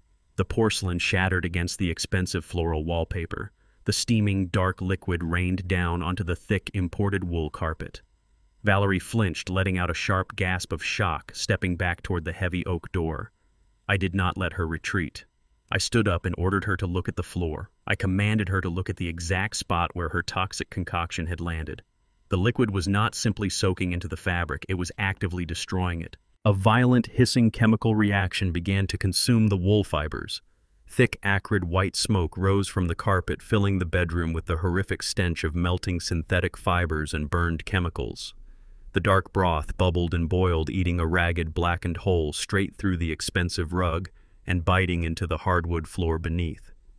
The mixture they had acquired was not a subtle pharmaceutical. It was a crude, lethal cocktail formulated by desperate amateurs. I grabbed Valerie by the arm and pulled her forcefully toward the hissing, melting crater. I forced her to look down at the corrosive poison she had handed to her own father. I forced her to look at the physical manifestation of her betrayal. I forced her to look at the venom she expected me to swallow. I asked her if she truly believed I was blind enough to drink acid from the hands of a traitor. I asked her how long it would have taken for that boiling liquid to melt through my stomach lining while she posed for wedding photographs in her pristine white gown. Valerie stared at the smoking crater in absolute horror. Her legs gave out and she collapsed onto her knees, entirely unable to tear her eyes away from the melting fibers. The sheer gravity of her actions finally breached her wall of delusion. I stood over her, my voice dropping to a lethal, razor-sharp whisper. I reminded her of the decades I spent breaking my back on frozen loading docks to ensure she never wanted for a single thing. I reminded her of the sweat, the blood, and the relentless exhaustion I endured to build a fortress around her life. I built an empire so she would be protected from the harshness of the world. Yet she took my protection, weaponized it, and actively chose to poison me. She chose to murder the man who gave her everything simply to clear a path for a white man's underground gambling debts. She traded my life to cover the pathetic failures of a cowardly syndicate target. The racial and class reality of her betrayal hung in the air, a heavy, suffocating truth she could no longer deny. She had sold out her own blood for an illusion of elite prestige. Valerie broke entirely. The pristine bridal facade shattered into a million jagged pieces. She began to sob uncontrollably, her chest heaving as the panic completely consumed her. She threw her hands up frantically, shaking her head. She shrieked that it was never her idea. She shrieked that Mitchell forced her to do it. She shrieked that Mitchell threatened to leave her, threatened to ruin the wedding, threatened to destroy their future if she did not help him secure the estate. She threw the man she was about to marry directly under the tracks of the impending consequences. I did not offer her a single ounce of forgiveness. Her tears were completely worthless. I pulled my cell phone from my jacket pocket and dialed 911. I spoke clearly and calmly to the emergency dispatcher. I reported an active, premeditated attempted homicide at my exact address. I reported the presence of a corrosive toxic substance. I requested immediate police intervention and a hazardous materials unit. In the hallway outside the bedroom, the heavy thud of footsteps stopped abruptly. Mitchell had been lurking near the door, waiting to confirm my demise. He heard the phone call. He heard the definitive failure of his master plan. In the distance, the sharp, wailing scream of police sirens began to cut through the quiet morning air, growing louder with every passing second. Mitchell did not burst into the room to defend his bride. He did not stay to face the consequences of his arrogance. The sound of shattering glass echoed from the ground floor. Mitchell had smashed a heavy chair through the back conservatory window. I looked out my bedroom window and watched the groom sprint frantically across the manicured lawn. He vanished into the dense woods behind the estate, abandoning his entire future, abandoning his massive debt, and abandoning Valerie to face the flashing red and blue lights alone. The wail of the sirens grew deafening, echoing off the high ceilings of the estate. Red and blue lights violently illuminated the shattered glass in the conservatory, casting chaotic shadows across the manicured lawn. 2 patrol cars skidded to a halt on the gravel driveway, followed seconds later by a heavily armored hazardous materials response unit. Heavy boots pounded against the hardwood floors as 4 armed officers breached the front entrance. Their weapons were drawn and their tactical flashlights cut directly through the thick, acrid smoke still pouring from my master bedroom. I stood perfectly still near the doorway, pointing a single steady finger toward my daughter. Valerie was still kneeling on the floor, her pristine white wedding gown now permanently stained with dark ash and the corrosive residue of her failed assassination attempt. She raised her hands, trembling uncontrollably, stammering incoherently about Mitchell and a terrible misunderstanding. The lead officer did not pause to listen to her frantic excuses. He barked a sharp, undeniable command, forcing her flat against the scorched floorboards. The metallic click of handcuffs snapping around her wrists echoed loudly over the hissing chemical reaction melting the carpet. She shrieked my name. She pleaded with me to tell them it was a massive mistake. She begged me to stop the officers from dragging her away in her bridal silk on the morning of her wedding. I looked down at her with absolute, unwavering silence. I watched the officers pull her to her feet and march her roughly down the grand staircase. They paraded the bride past the terrified caterers who were just arriving to set up the champagne fountains. I grabbed my charcoal suit jacket from the bed, ignoring the toxic stench filling the room. I walked out to my truck and followed the flashing lights directly to the municipal precinct. The precinct interrogation room was a sterile, windowless concrete box illuminated by a single flickering fluorescent bulb. Valerie sat handcuffed to a heavy metal table bolted to the floor. The ruined silk of her wedding dress spilled over the harsh steel chair, a pathetic contrast to the criminal reality of the room. Her mascara ran down her cheeks in thick, dark lines. A lead detective stood silently by the heavy steel door, observing the interaction as I walked into the room and took the seat directly across from her. I placed my hands flat on the scratched metal surface.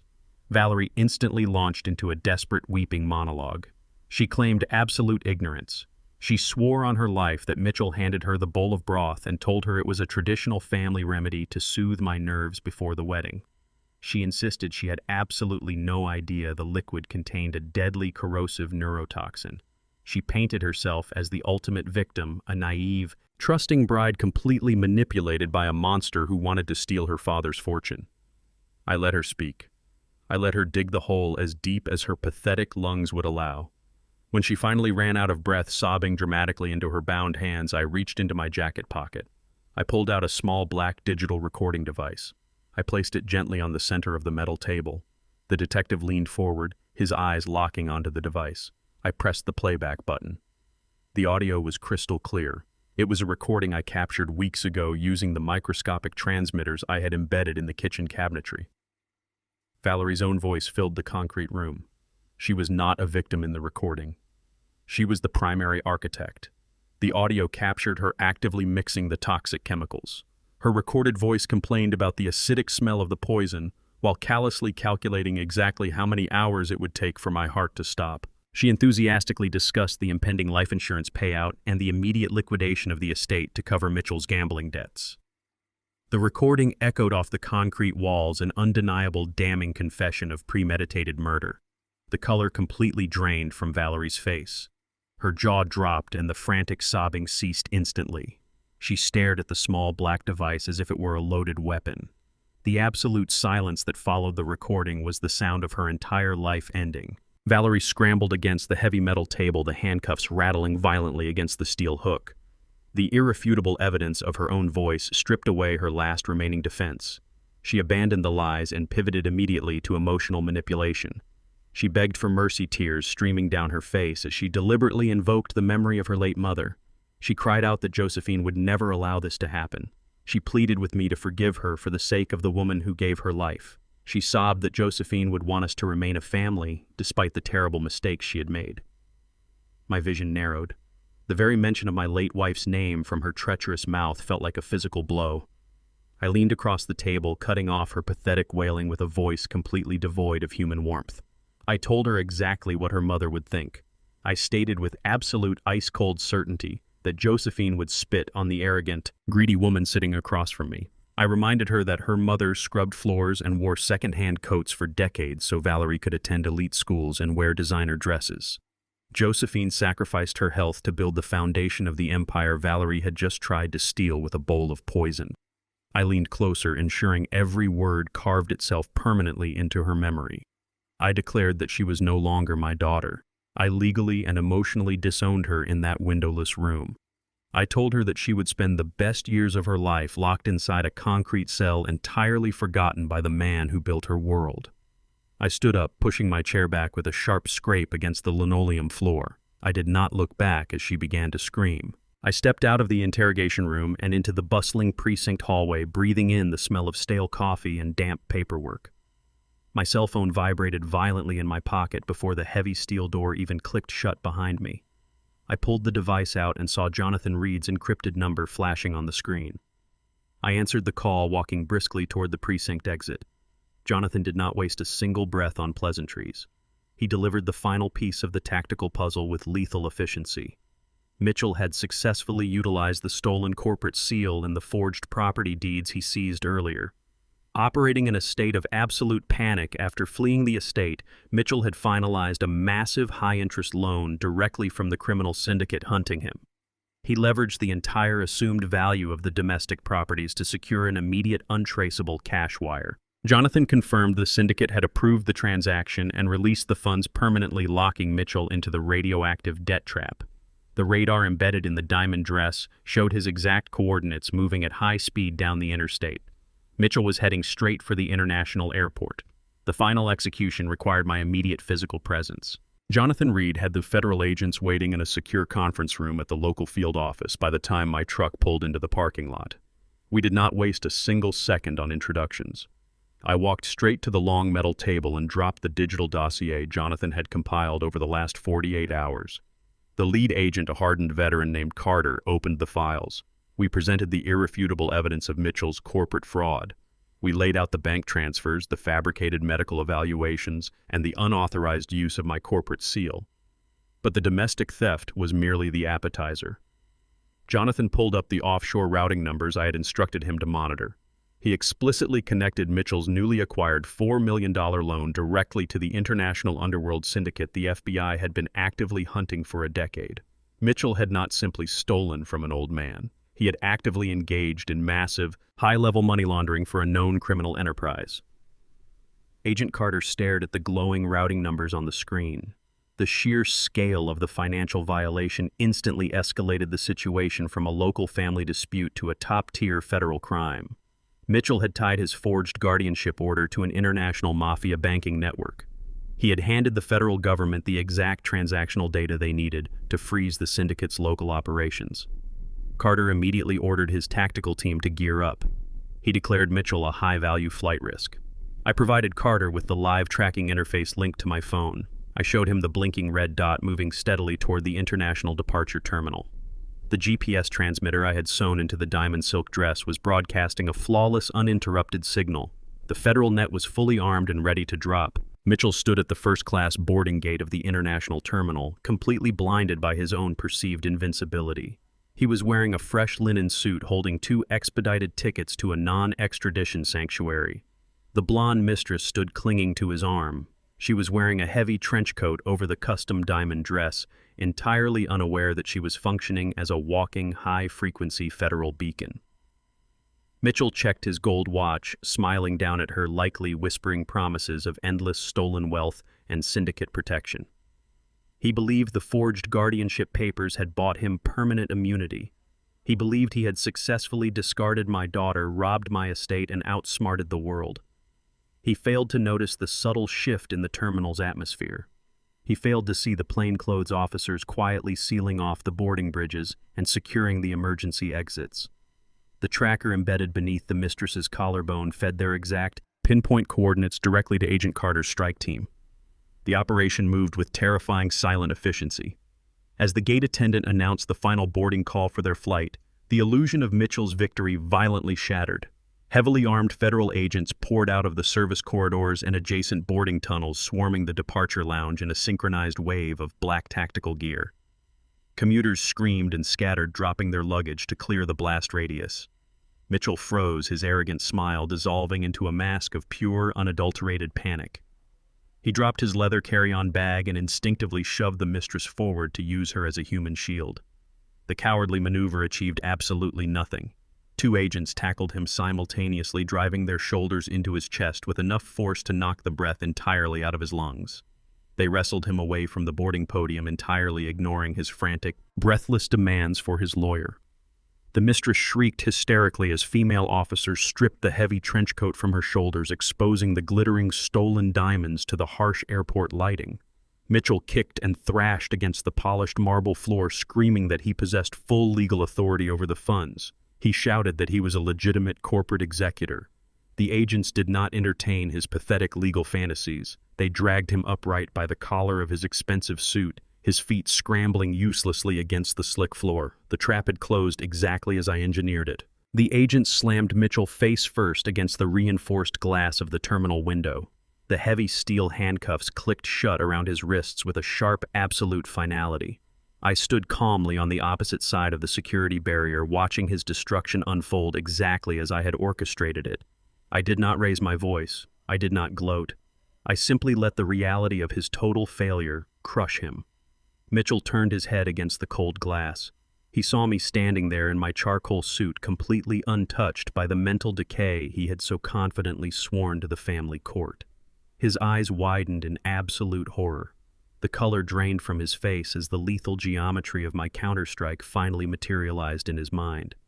I walked up to the edge of the security perimeter and looked directly into his panicked eyes. I spoke with a quiet, razor-sharp clarity that cut through the chaotic shouting of the terminal. I informed him that the forged guardianship order was legally irrelevant. I explained that using my stolen private wealth card to purchase an international flight and a diamond dress instantly triggered a catastrophic federal wire fraud alert. He had actively transported stolen corporate funds across state lines to finance a syndicate escape. He had handed the FBI the exact jurisdiction they needed to bypass the family court entirely. I told him he was no longer dealing with a vulnerable old man in a suburban kitchen. He was dealing with the full, merciless weight of the federal government. I told him his entire life was over. Mitchell began to hyperventilate, his chest heaving against the glass as the agents pulled him backward toward the holding area. He realized his brilliant criminal enterprise was nothing more than a meticulously guided suicide mission. Agent Carter walked over to the security barrier, his radio buzzing constantly with tactical updates from the precinct. He holstered his weapon and gave me a curt, professional nod, confirming that Mitchell and the mistress were fully secured for transport. The primary threat was neutralized. However, Carter's expression remained entirely grim. He pulled a secondary communication device from his tactical vest and listened intently for a few seconds. He stepped closer to me, lowering his voice to deliver a sudden, critical escalation. Carter informed me that the local police had just triggered an active disturbance code at my logistics headquarters downtown. Mitchell's parents had not waited for their son's plane to take off. Operating on the false assumption that the emergency guardianship was completely ironclad, they had physically forced their way into my executive boardroom. They were currently brandishing copies of the forged medical evaluation, attempting to execute a hostile, immediate takeover of my entire $50 million company. They were demanding the immediate liquidation of my fleet to cash out their perceived inheritance. They were marching into my territory. I thanked Agent Carter for his extreme efficiency, adjusted my suit jacket, and turned my back on the airport. The elevator doors opened on the top floor of my corporate headquarters, revealing a scene of absolute vulgar entitlement. I stepped silently onto the plush carpet of the executive suite and approached the heavy double doors of my private office. Through the frosted glass, I could hear the sharp, grating laughter of Mitchell's mother, Evelyn, echoing off the mahogany walls. She and her husband, Richard, had completely bypassed the building's security protocols using the forged emergency guardianship order. They were already celebrating their perceived victory. I pushed the door open just enough to observe the desecration of the empire I had built with 40 years of blood and sweat. Richard was sitting behind my desk, his expensive leather shoes propped up on the polished wood, swirling a glass of my most expensive vintage champagne. Evelyn was aggressively berating my executive assistant, demanding that the accounting department immediately prepare a total liquidation profile for the entire trucking fleet.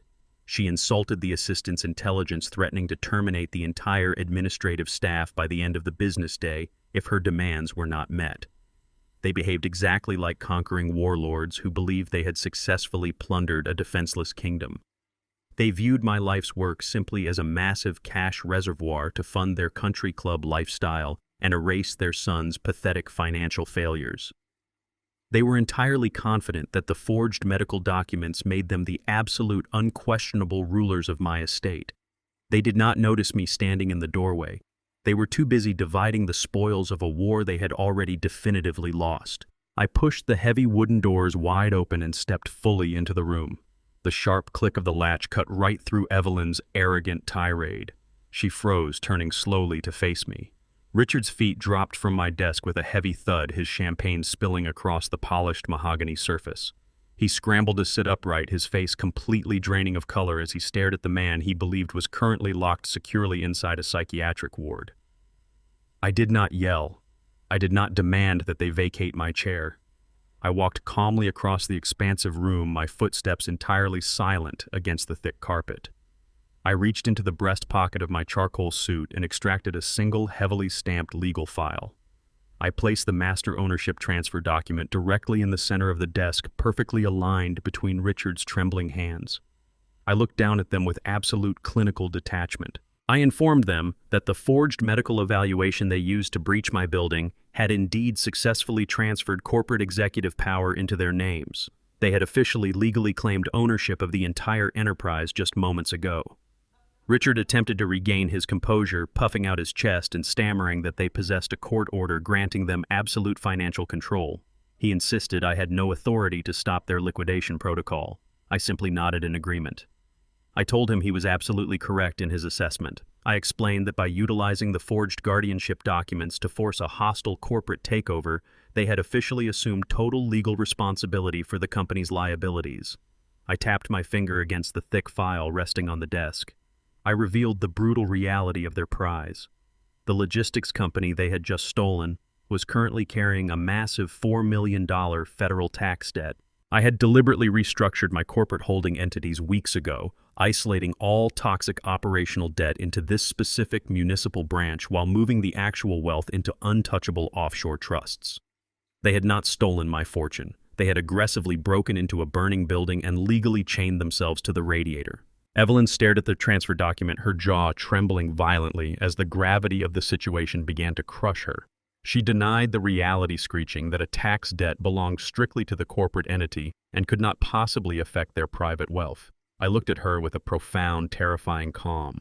I systematically explained the fundamental mechanics of federal tax law to the woman who tried to erase my existence.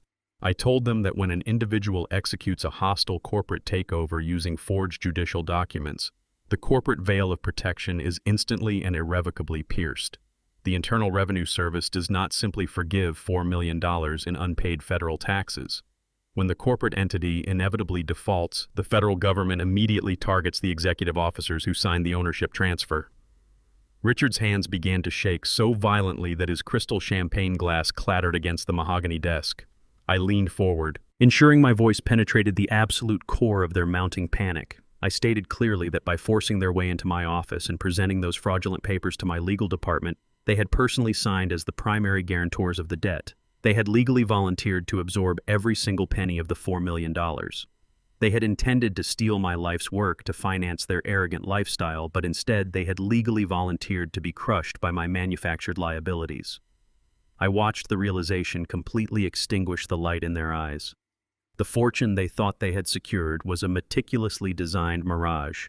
Before Richard could formulate a single pathetic excuse, the multi-line executive phone system on the desk lit up in a frantic, synchronized sequence. Every line flashed neon red simultaneously. Richard stared at the blinking lights, entirely paralyzed by an overwhelming sense of dread. I reached over, pressed the speaker button, and connected the primary line. The voice of their private wealth manager filled the silent office. The man sounded completely panicked, his professional composure entirely shattered.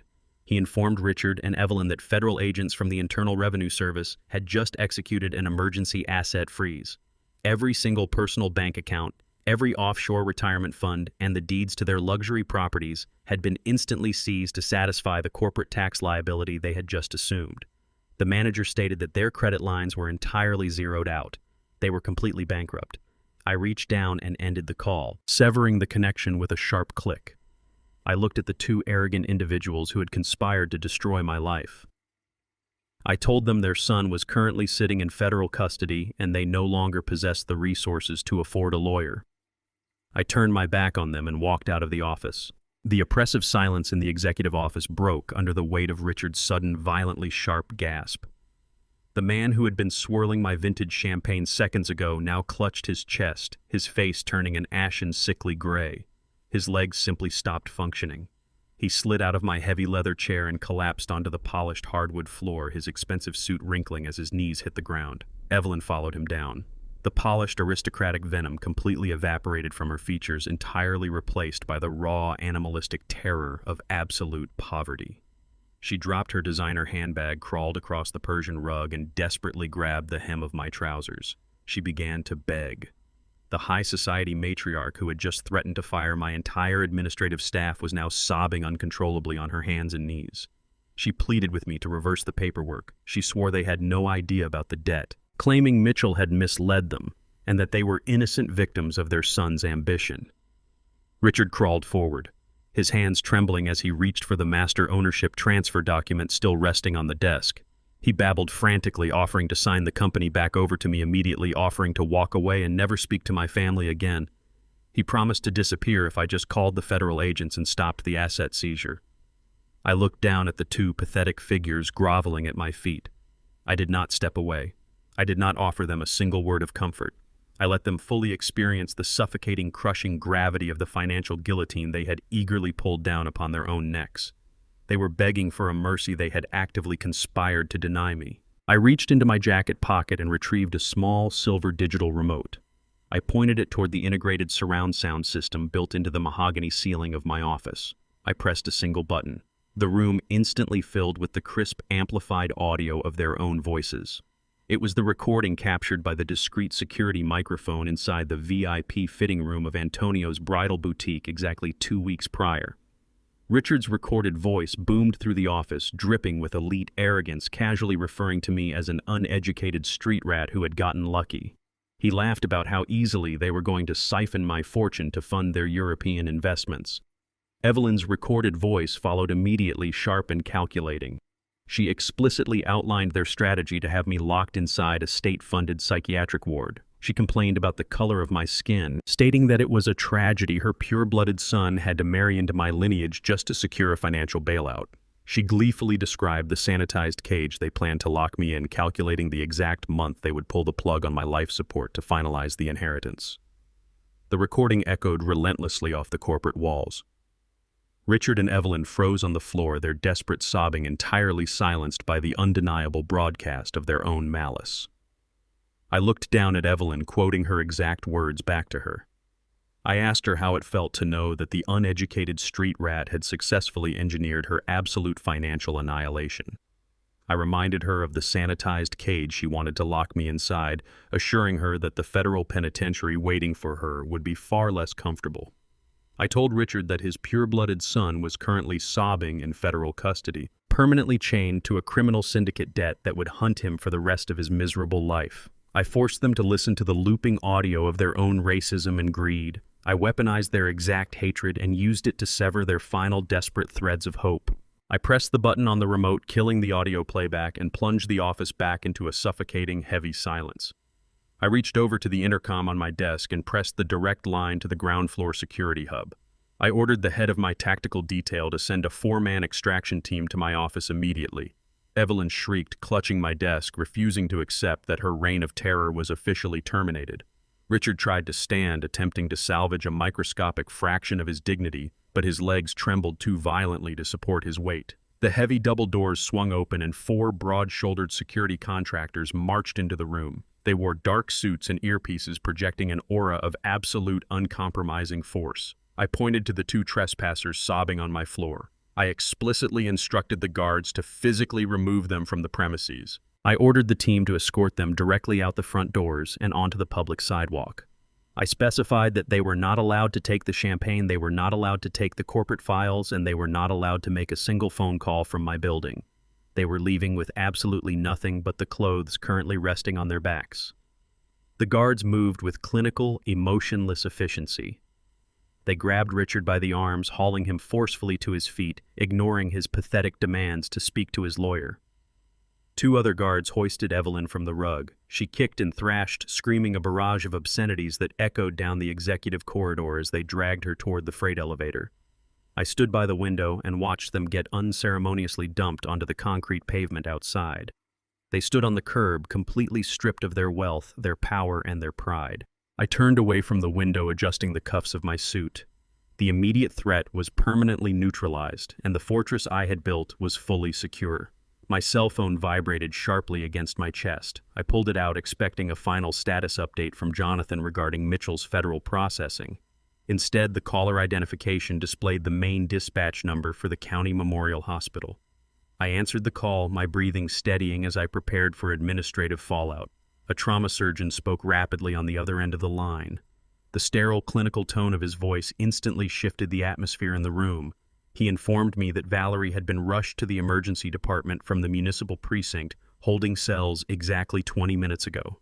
The shock of her arrest, the absolute abandonment by Mitchell, and the total collapse of her reality had entirely shattered her mind. She had shattered the plastic mirror in the interrogation bathroom and used the jagged shards to attempt suicide before the precinct guards could intervene. The surgeon stated she had suffered massive blood loss and was currently unconscious in the intensive care unit. She was clinging to life on a ventilator, entirely dependent on the very medical machines she had enthusiastically planned to disconnect me from. I walked down the sterile, blindingly white corridor of the County Memorial Hospital intensive care unit. The sharp scent of industrial antiseptic and floor wax failed to completely mask the smell of desperation that permanently hung in the air of this place. 2 uniformed municipal police officers stood guard outside room 412. They stepped aside silently as I approached, recognizing the man who had orchestrated the total dismantling of the woman currently chained inside. I pushed the heavy wooden door open and stepped into the chilled, dimly lit room. The rhythmic mechanical hiss of the ventilator and the sharp beeping of the cardiac monitors were the only sounds cutting through the heavy silence. Valerie lay directly in the center of the mechanical web. Her wrists were heavily bandaged in thick white gauze resting limply on top of the thin hospital blanket. The soot and ash from the melted carpet had been entirely scrubbed from her skin, leaving her pale and completely diminished. She was no longer the arrogant bride commanding a room of sycophants. She was a broken, desperate prisoner shackled to a hospital bed by her own horrific miscalculations. I stood at the foot of her bed. I did not offer a comforting smile. I did not reach out to hold her hand. Her eyelids fluttered heavy with sedatives and physical pain before slowly opening. Her gaze locked onto my face. The sheer volume of raw, unfiltered hatred burning in her eyes was startling. It was the pure venom of a cornered animal realizing the trap was entirely inescapable. She glared at me, her chest rising and falling against the tight hospital gown, blaming the architect of her destruction rather than the architect of her betrayal. I pulled a plastic visitor's chair to the side of her bed and sat down. Valerie gripped the sterile bed rails with her bandaged hands, her knuckles turning bone white against the heavy gauze. She forced herself upward, fighting the mechanical rhythm of the machines keeping her alive. Her voice was raspy, entirely stripped of its usual elite polish, yet it dripped with an absolute blistering venom. She screamed that I had destroyed everything she had ever cared about. She shrieked that I had systematically dismantled her perfect wedding, orchestrated the federal arrest of the man she loved, and completely humiliated her in front of the entire municipal district. She blamed me for the heavy steel handcuffs that had bruised her wrists, and for the jagged shards of glass she had desperately driven into her own flesh. She painted herself as the ultimate martyr, a loving daughter entirely victimized by a vindictive, ruthless father who could not stand to see her happy. She demanded to know how I could be so incredibly cold. She demanded to know how a father could sit by and watch his only child bleed out on the floor of a municipal holding cell without shredding his own conscience. I sat perfectly still in the rigid plastic chair. I let the sheer volume of her manufactured outrage echo off the sterile hospital walls. I did not flinch. I did not lower my gaze. I completely refused to absorb a single ounce of her fabricated guilt. When she finally ran out of breath, collapsing back against the stiff hospital pillows in a fit of exhausted sobbing, I leaned forward. I spoke with a quiet, lethal clarity that instantly silenced her weeping. I told her that she was the absolute author of her own tragedy. I reminded her that she was the one who deliberately mixed a corrosive neurotoxin into a porcelain bowl. She was the one who eagerly planned to disconnect my life support to secure a massive financial payout for a cowardly syndicate puppet. I stated definitively that I did not ruin her life. I simply handed her the exact consequences of the actions she enthusiastically initiated. I told her that her tears were nothing more than the pathetic realization that she was finally being held legally and morally accountable for her immense greed. She had gambled her entire existence on a foundation of deceit, and the house had finally collected. I reached into the breast pocket of my charcoal suit and extracted a thick, heavily sealed manila envelope. I tossed it onto the thin blanket covering her legs. The heavy thud of the paper hitting the mattress made her flinch violently. I informed her that the envelope contained 2 specific legal documents drafted by my primary legal counsel an hour ago.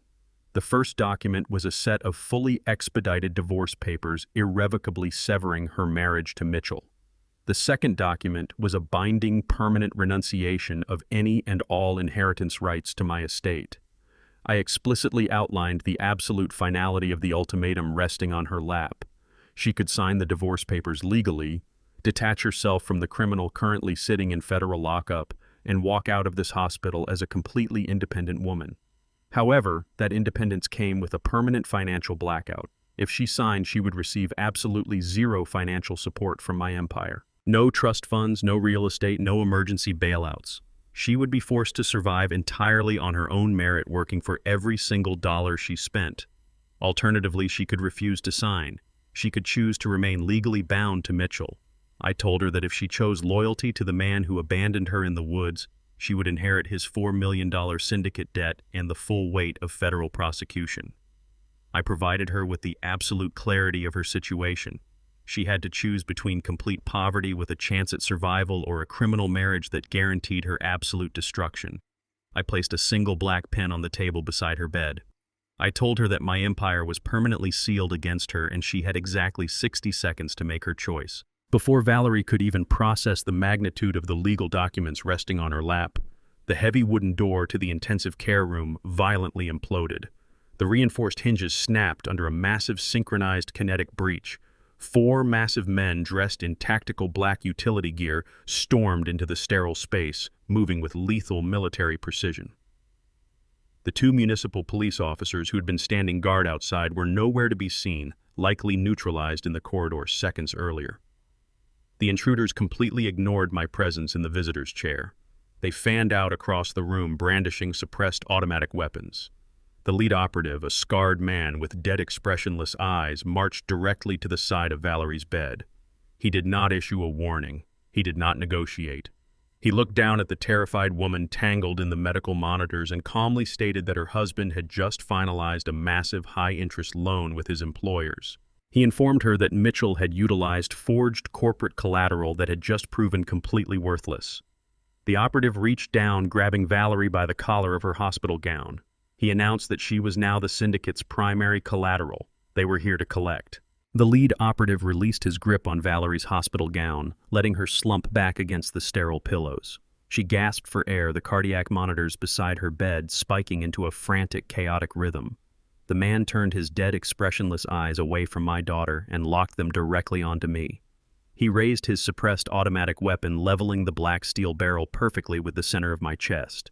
He recognized the tailored charcoal suit and the unblinking composure of a man who owned the room.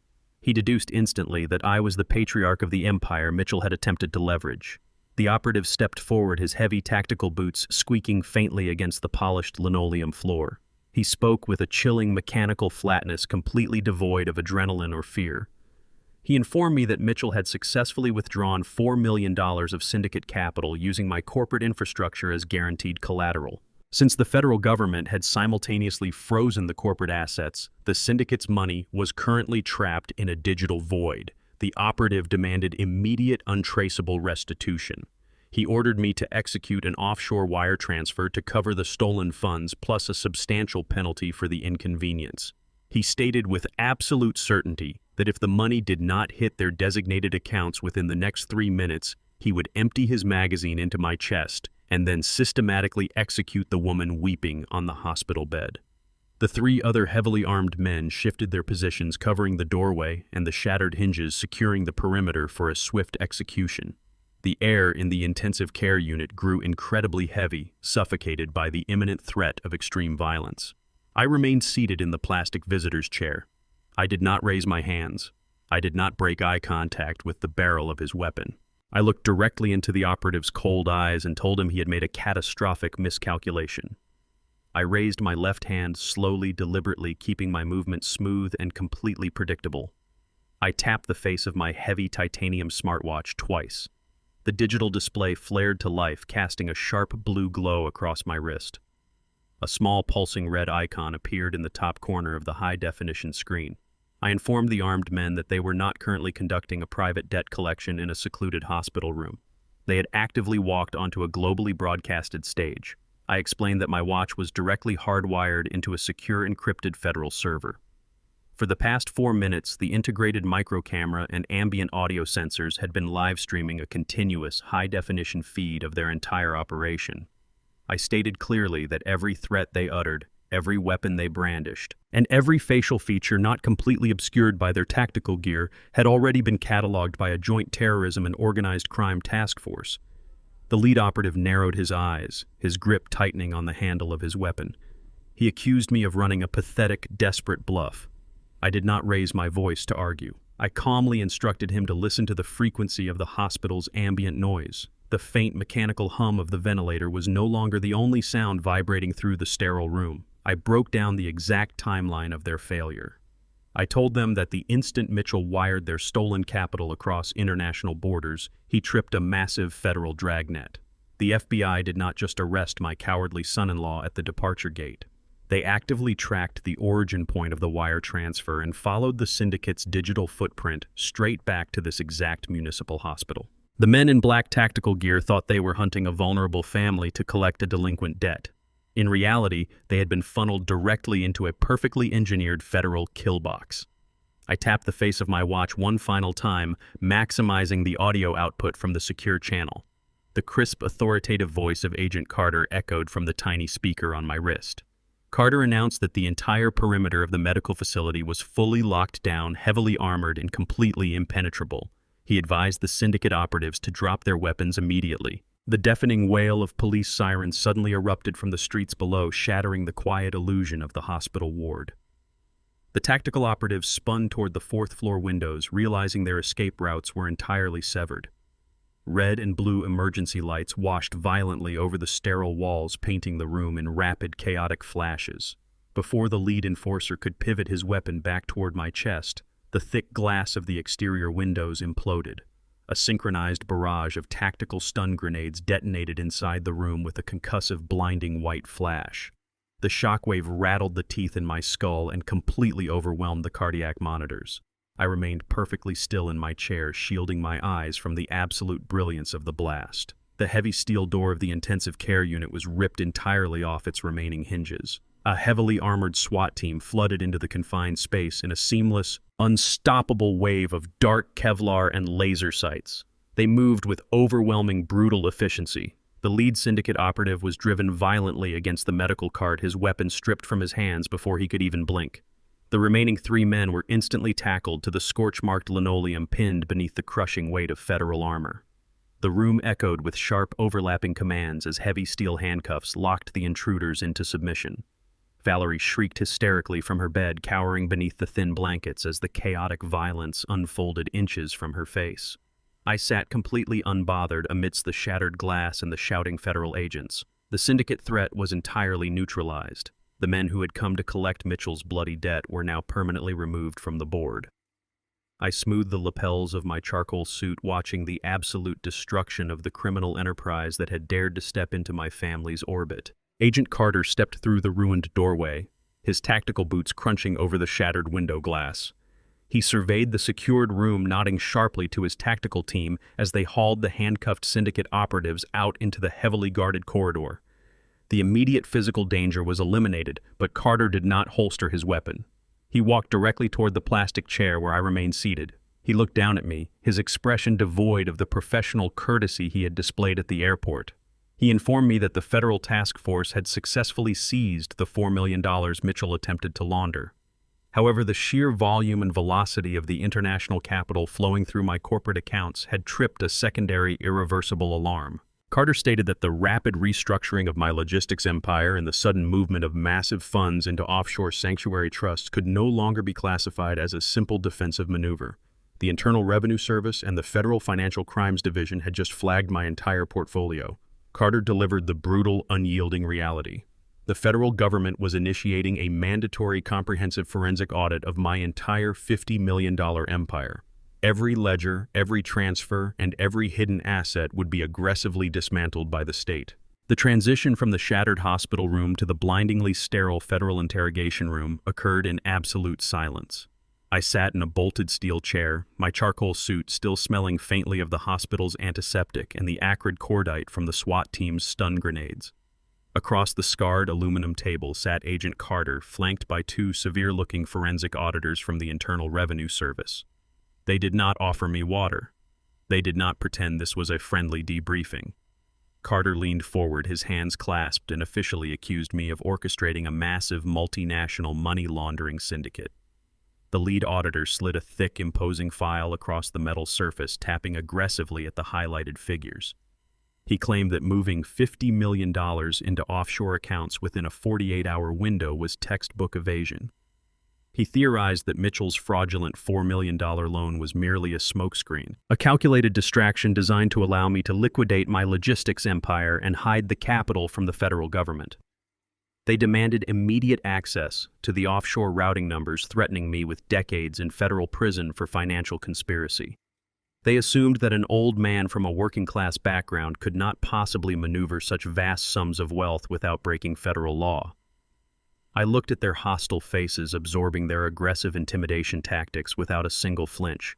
I did not raise my voice, and I did not demand a phone call. I simply glanced toward the heavy reinforced door, knowing perfectly well that my end game was already walking down the hallway. The heavy steel door swung open, and Jonathan Reed stepped into the austere interrogation room. He moved with the crisp, undeniable authority of a man holding all the winning cards. He did not ask for permission to interrupt. He walked directly to the aluminum table, placed a locked titanium briefcase on the surface, and entered the combination. The latches clicked open with a sharp metallic snap. Jonathan withdrew 3 immaculate leather-bound ledgers and arranged them deliberately in front of the stunned federal auditors. He informed them that they were looking at the most transparent, aggressively taxed financial transfer in the history of the district. The lead auditor scoffed, opening the first ledger, expecting to find a labyrinth of shell companies and hidden Cayman Island tax havens. Instead, his eyes widened in absolute shock. Jonathan walked them through every single transaction line by line. He proved that I had preemptively triggered a massive capital gains realization event weeks before Mitchell even attempted his fraudulent takeover. I had willingly surrendered millions of dollars in federal and state taxes to completely sanitize the capital. Every penny of the remaining $50 million was flawlessly clean, legally documented, and fully accounted for. Furthermore, Jonathan presented the final destination of the offshore routing numbers. The funds had not been funneled into a private vault. The money was securely and legally transferred into a newly established, fully registered international charitable foundation. The trust was specifically designed and legally bound to provide aggressive legal protection and financial shelter for victims of elder abuse. The offshore designation was merely a structural necessity to shield the charity from domestic corporate liabilities, not a tax evasion tactic. The auditor flipped frantically through the pages, searching for a single discrepancy, a single misplaced decimal, or an unauthorized transfer. He found nothing. The ledgers were a masterpiece of forensic accounting. I had willingly paid the maximum tax penalty to guarantee that the federal government could never touch the remaining principal. Jonathan closed the briefcase with a resounding snap. He looked directly at Agent Carter and stated that I was not a money launderer. I was the largest single philanthropic donor the federal government had investigated this decade. Agent Carter sat back in his chair, completely stunned by the flawless execution of the financial maneuver. The hostility entirely vanished from his face, replaced by a profound, grudging respect. He stared at the immaculate ledgers and then looked directly at me. He asked how a retired logistics executive could possibly anticipate a criminal syndicate breach and a hostile corporate takeover with such terrifying precision. I adjusted my cuffs and leaned forward, finally breaking my silence. I told Carter that this defensive strategy was not conceived in a panic. I had been meticulously building this exact financial trap for 3 long years. I explained that the countdown began on the very first day Mitchell stepped into my home. He had looked at my faded boots, evaluated my modest kitchen, and explicitly refused to shake my outstretched hand. In that single fleeting moment of vulgar disrespect, I saw the absolute depth of his greed. I knew immediately that he would eventually view my life's work as a resource to be exploited and my daughter as a convenient stepping stone to an unearned fortune. I told Carter that I did not confront Mitchell and I did not warn Valerie. I simply smiled, offered him a seat at my dinner table, and began quietly restructuring my entire corporate empire the following morning. I spent 3 years isolating toxic assets, building legal firewalls, and preparing for the exact moment Mitchell's arrogance outweighed his caution. I turned my empire into a poison chalice specifically designed to crush the man who tried to drink from it. Carter slowly closed his notebook, recognizing that he was not speaking to a suspect. He was speaking to an apex predator who had successfully baited, trapped, and destroyed his enemies without breaking a single law. The federal agents formally cleared me of all charges, returning my personal effects with immediate apologies for the inconvenience. I walked out of the federal building into the bright afternoon sun, completely free and unburdened. I got into my car and drove across the city, far away from the corporate high-rises and pristine suburban neighborhoods. I pulled into the cracked, weed-infested parking lot of a dilapidated cinder-block apartment complex located in the city's lowest-income district. I had discreetly purchased this specific property 2 weeks ago through an anonymous holding company. I parked across the street and lowered my window. Through the chain-link fence, I watched a city taxi abruptly idle against the curb. Evelyn and Richard emerged from the back seat. They were still wearing the wrinkled, dirt-stained clothes they had been wearing when my security team physically hurled them onto the pavement yesterday. They dragged 2 black plastic garbage bags containing the meager charity items the municipal shelter had provided them. Richard struggled to unlock the rusted door of Unit 1B, the smallest, moldiest apartment in the entire complex. Evelyn stood in the cracked driveway, looking up at the peeling paint and the barred windows, weeping silently into her hands. I watched the 2 architects of my attempted destruction slowly disappear into their new permanent reality. I shifted my car into drive and quietly pulled away from the curb. I did not let my car roll further than the edge of the chain-link fence. The engine idled smoothly for exactly 5 seconds before I shifted back into park. Watching them retreat into the shadows of their own engineered poverty was satisfying, but it was not the absolute conclusion I required.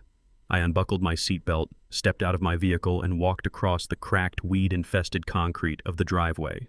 The heavy soles of my shoes crunched against the broken glass and gravel, announcing my arrival. Richard was still struggling with the rusted deadbolt of Unit 1B, his hands shaking so violently he could not guide the brass key into the cylinder. Evelyn stood entirely paralyzed on the crumbling welcome mat, clutching her 2 black plastic garbage bags as if they held the last remaining fragments of her dignity. She turned her head slowly at the sound of my approach. The woman who had brazenly demanded the immediate liquidation of my entire corporate fleet less than 24 hours ago now possessed the hollow, terrified eyes of a stray animal. Her expensive makeup was entirely washed away by tears of absolute defeat. Her designer clothes were stained with the street dirt from her unceremonious eviction. Richard finally managed to force the rusted door open, the hinges squealing loudly in protest. The overwhelming stench of stale cigarette smoke and mildew immediately spilled out from the dark, cramped interior. He turned to usher his wife inside and froze the moment he saw me standing at the edge of the porch. The last remaining color drained entirely from his face. They looked at me not as an uneducated street rat, but as the absolute architect of their doom. They were completely broken, stripped of their arrogance, and reduced to trembling beggars standing in the ruins of their own greed. I walked directly up the 2 concrete steps, forcing Richard to take a clumsy step backward into the foul-smelling apartment.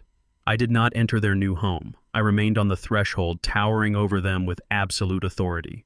I reached into the inside pocket of my jacket and retrieved a single stark white document. It was not a corporate ledger or a federal audit. It was a standard, uncompromising residential lease agreement. I held it out toward Richard. He stared at the paper blankly, his mind entirely unable to process the legal reality shifting beneath his feet. I informed him that the anonymous holding company that purchased this dilapidated complex belonged entirely to me. I was not simply the man they tried to steal from. I was now their direct property manager. Richard's hands trembled as he instinctively took the document. I dictated the terms of their survival with razor-sharp precision. I explained that the rent for this specific mold-infested unit was exactly $500 every single week. The payment was due every Friday precisely at 5 o'clock in the afternoon. I explicitly stated that I would not accept personal checks from frozen bank accounts. The transaction required certified cash or a postal money order. Evelyn began to weep hysterically, dropping one of her garbage bags onto the filthy linoleum floor. She cried that they had absolutely zero access to funds, that their entire net worth had been seized by federal agents, and that $500 a week was mathematically impossible for them to secure. I looked at her with perfect unyielding stoicism. I informed her that her financial crisis was entirely irrelevant to the terms of the lease. I told them there was absolutely zero grace period. There would be no extensions, no negotiations, and no mercy. If they missed a single weekly payment by even 1 minute, I would authorize an immediate forceful eviction. My security team would return to physically throw them out of this apartment and onto the street exactly as they had done at my corporate headquarters. I advised them to read the fine print carefully. They had legally bound themselves to my liability, and now they were legally bound to my property. I made it absolutely clear that their continued shelter depended entirely on their ability to follow my explicit instructions. They were no longer elite socialites living on stolen corporate credit. They were my tenants. Richard clutched the lease agreement against his chest, his breath hitching as panic fully consumed his lungs. He dropped to his knees right there in the doorway, the rough concrete tearing into the fabric of his ruined suit trousers. He looked up at me with tears streaming down his face and begged for basic human mercy. He pleaded that he was entirely too old for this level of punishment. He cited his failing knees, his high blood pressure, and his complete lack of practical manual labor skills. He swore that putting them out on the street would be a death sentence and begged me to lower the rent or grant them a temporary reprieve. I stared down at his pathetic display of weakness without a single ounce of sympathy. I leaned in close, ensuring my voice cut straight through his frantic sobbing. I ruthlessly reminded him that when I was exactly his age, I did not have the luxury of resting on a country club veranda. I was actively driving commercial freight trucks across frozen mountain passes with a fractured lower spine. I slept in freezing sleeper cabs and unloaded heavy cargo with bleeding hands to build the exact empire he had arrogantly tried to steal. I told him his age was not an excuse. It was simply proof of how much time he had wasted living as a parasite. I stood up straight and delivered my final directive. I ordered them to immediately walk down to the commercial district and find employment. I told them to scrub floors, flip burgers, or unload night shift warehouse freight. I told them they were going to finally learn the grueling bone-deep reality of earning a minimum wage. They were going to bleed for their survival. I turned my back onto their weeping figures and walked down the cracked driveway toward my car. Before I reached the driver's side door, my encrypted cellular phone vibrated sharply in my pocket. I pulled the device out and opened a secure text notification from my inside contact stationed within the federal penitentiary holding sector. The message was concise and incredibly violent. Mitchell's arrogant, entitled demeanor had not survived his first 24 hours in the general population block. He had foolishly attempted to assert authority over the wrong group of hardened inmates. The text confirmed that Mitchell had been severely beaten in the recreation yard.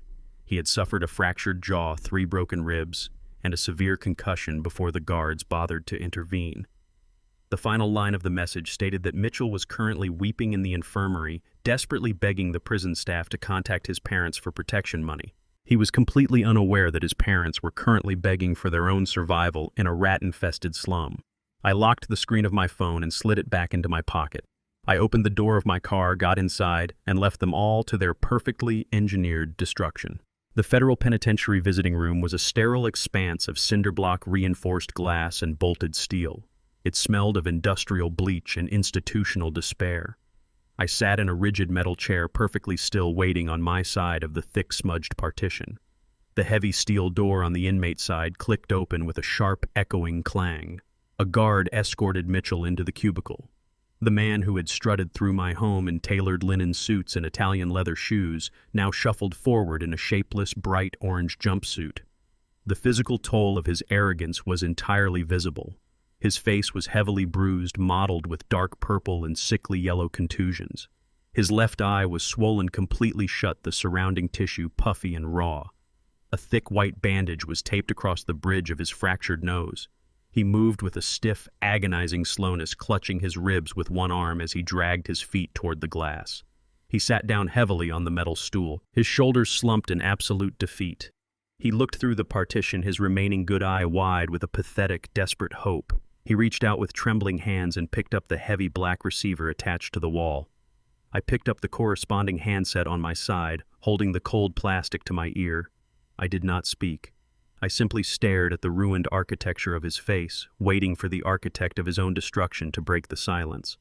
Mitchell's breathing was ragged and shallow, echoing loudly through the secure line. He tried to muster the old arrogant smirk, but the movement clearly aggravated his fractured jaw. The facade was completely gone, replaced by the raw, unadulterated terror of a man who realized he was no longer at the top of the food chain. Mitchell's voice cracked the moment he began to speak a pathetic, high-pitched whine that entirely betrayed his profound fear. He pressed his bruised face close to the reinforced glass, his rapid breathing fogging the heavy barrier. He begged me to help him. He explained in frantic overlapping sentences that he had made a catastrophic miscalculation on his first day in the general population block. He had attempted to assert dominance foolishly, believing his former corporate status and superficial syndicate connections carried actual weight behind these steel walls. He had openly insulted a high-ranking enforcer for a dominant prison gang. The brutal, bone-breaking beating he received in the recreation yard was merely a preliminary warning. He sobbed heavily into the receiver, stating that the gang had given him a strict, non-negotiable ultimatum. He needed to transfer a massive sum of money into a designated network of external commissary accounts by the end of the week. If the funds did not clear, they promised to permanently end his life in the shower block. He pleaded with me to make the emergency deposit. He swore he would pay me back every single penny the moment he was released, promising to sign over whatever non-existent assets he mistakenly believed he still possessed. When I remained perfectly stoic, offering zero indication of compliance, Mitchell desperately shifted his strategy. He attempted to leverage the one vulnerability he believed I still retained. He violently invoked Valerie's name. He cried that I needed to execute this transfer for my daughter. He claimed that despite everything that had happened, Valerie still loved him, and that allowing him to be murdered in a federal penitentiary would completely destroy her fragile mental state. He desperately manipulated the narrative, painting himself as the tragic, misunderstood husband who just needed one final chance to make things right for my family. He insisted that if I allowed him to die, Valerie would never forgive me, and her absolute ruin would be entirely on my hands. He weaponized the shattered memory of their marriage, attempting to use the ghost of my daughter's affection to extract a final financial bailout. He begged me to act like a father and protect the man she had chosen to marry. He pressed his trembling, battered hand against the glass, sobbing openly, utterly convinced that using Valerie as a human shield would automatically open my vault. I looked at his trembling hand pressed against the glass, and then I looked directly into his desperate, swollen eye. I did not raise my voice. I spoke with a quiet, absolute finality that cut right through his pathetic weeping. I reminded him of the exact moment my daughter's lavish wedding reception had commenced. I reminded him of the smirk on his face when he proudly paraded through the ballroom, completely ignoring my presence. I quoted the exact phrase his mother had used, the identical sentiment he had fully endorsed when he believed he held absolute power over my life. I told him that I only extend my resources and my protection to special people. Mitchell froze his breath, hitching in his throat as the reality of my words slammed into him. I clarified my position with razor-sharp precision. I explained that special people build empires with their own hands. Special people protect their families instead of leveraging them for syndicate loans. Special people face the consequences of their actions with dignity rather than begging for a bailout. I stated clearly that he was not a special person. He was nothing more than an ordinary, incompetent criminal who had actively engineered his own destruction. I informed him that I do not finance ordinary criminals. I do not subsidize the survival of parasites who attempt to devour my legacy. I told him that he would face the prison gang, the federal prosecutors, and his massive debt entirely on his own merit. I watched the last spark of hope completely extinguish in his good eye. He opened his mouth to issue one final desperate plea, but I did not give him the opportunity. I placed the heavy black receiver back onto the metal cradle with a sharp, definitive click, permanently severing our connection. I stood up, adjusted the cuffs of my jacket, and walked out of the sterile visiting room without looking back. I navigated the heavy steel security doors and the barbed wire checkpoints, stepping out into the bright, uncompromising afternoon sun. The air outside the maximum security perimeter tasted sharp and clean. I walked across the vast asphalt parking lot toward my heavy utility truck. Leaning against the passenger side door was Valerie. She was wearing a simple unbranded cotton shirt and durable denim jeans, a stark contrast to the designer silk she used to demand. Her posture was completely different. The arrogant entitlement had been entirely burned away, replaced by a quiet, grounded resilience. She stepped forward as I approached, holding out a thick manila folder. She informed me that she had signed the expedited divorce papers and the complete renunciation of inheritance rights exactly as I had demanded. She had legally severed herself from Mitchell's criminal liabilities and my financial safety net. She looked me directly in the eye, her gaze steady and unbroken. She stated clearly that she was ready to start at the absolute bottom. She was ready to earn her survival, ready to work. I unlocked the truck and opened the door. The drive from the maximum security penitentiary to the Memorial Gardens took exactly 45 minutes. Neither Valerie nor I spoke a single word during the entire journey. The heavy doors of my utility truck slammed shut, echoing across the manicured lawns of the cemetery. We walked side by side along the winding stone path until we reached the polished granite headstone bearing Josephine's name. The afternoon sun cast long, sharp shadows across the engraved letters. There were no theatrical breakdowns. The time for manufactured tears and performative grief had permanently expired. Valerie stood perfectly still, looking down at the resting place of the mother she had fundamentally betrayed. She did not beg for unearned forgiveness or attempt to rationalize her monstrous compliance with Mitchell's syndicate schemes. She kept her hands buried deep inside the pockets of her denim jeans. She spoke with a quiet, grounded clarity that proved the arrogant socialite had been entirely eradicated. Valerie delivered a stark, unadorned apology. She acknowledged that she had willingly traded her family's legacy for the hollow validation of a parasitic criminal. She explicitly recognized the profound damage she had inflicted on my life and Josephine's memory. She did not ask for her trust fund to be reinstated. She did not ask for a corner office in my logistics empire or a luxury company vehicle. She looked directly at the granite headstone and then turned her gaze to me. Valerie requested a position as a basic entry-level night freight dispatcher at the municipal sorting hub. She asked for the opportunity to sit in the freezing logistics booth, answer the heavy radio traffic from cross-country drivers, and manually log incoming cargo weights. She demanded nothing but a chance to earn her daily bread through legitimate, grueling labor. I evaluated the woman standing opposite me, searching for any lingering trace of the entitled bride who had enthusiastically planned my permanent confinement in a psychiatric ward. I found only a stark, uncompromising resolve. I accepted her employment request, but I immediately established the absolute, unforgiving parameters of her new reality. I informed Valerie that she would receive 0 executive privileges and absolutely no familial leniency. She would clock in at midnight and work the grueling 14-hour graveyard shift alongside the veteran dock workers. She would be paid the strict federal minimum wage without a single corporate bonus or performance multiplier. Her entire financial existence would be dictated by her ability to accurately route heavy machinery across state lines under extreme pressure.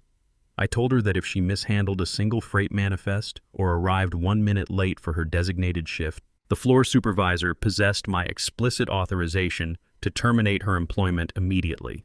Furthermore, I addressed her living situation. I handed her a heavy brass key attached to a cheap plastic tag. I explained that the key unlocked a modest 1-bedroom efficiency apartment located 3 blocks away from the industrial sorting hub. It was a functional cinder block unit devoid of hardwood floors, vaulted ceilings, or luxury amenities. She would be legally responsible for paying the monthly rent, securing her own utility accounts, and purchasing her own groceries from her minimum wage earnings. I did not offer to subsidize a single fraction of her living expenses. Valerie took the brass key from my palm without a moment of hesitation.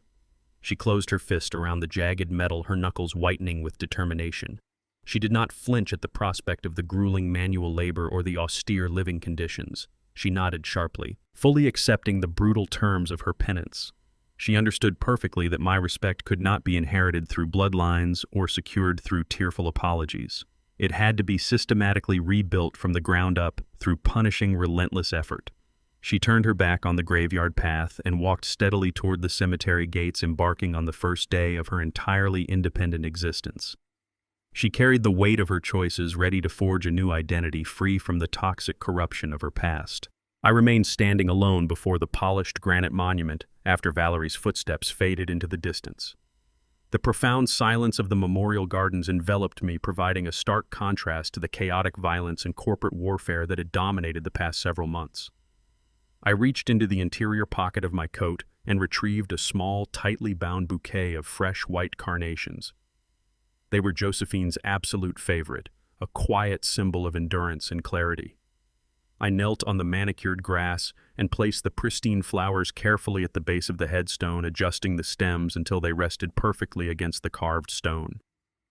I brushed a single fallen autumn leaf away from the engraved date of her passing. I did not offer empty prayers or hollow sentiments to the open air. I spoke directly to the memory of the only woman I had ever truly loved. I kept my voice incredibly low, a private transmission meant only for her. I informed Josephine that the insidious corruption that had infected our family had been aggressively and permanently eradicated. I explained that the corporate parasites who had attempted to consume our life's work were currently drowning in the consequences of their own spectacular greed. I told her that the foundation bearing her name was fully operational and fully funded, actively wielding our sanitized capital to destroy the financial predators who preyed on the vulnerable. I rested my hand against the cold, solid surface of the granite marker.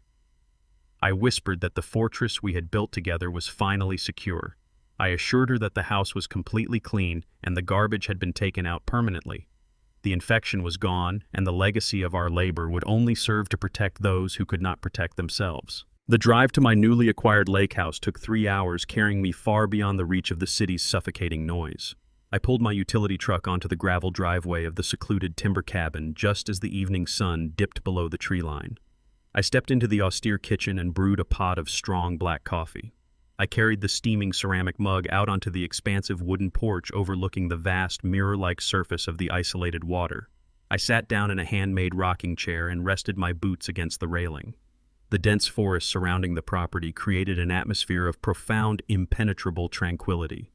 I placed my encrypted cellular phone onto the small wooden table beside my chair. The digital screen remained entirely dark.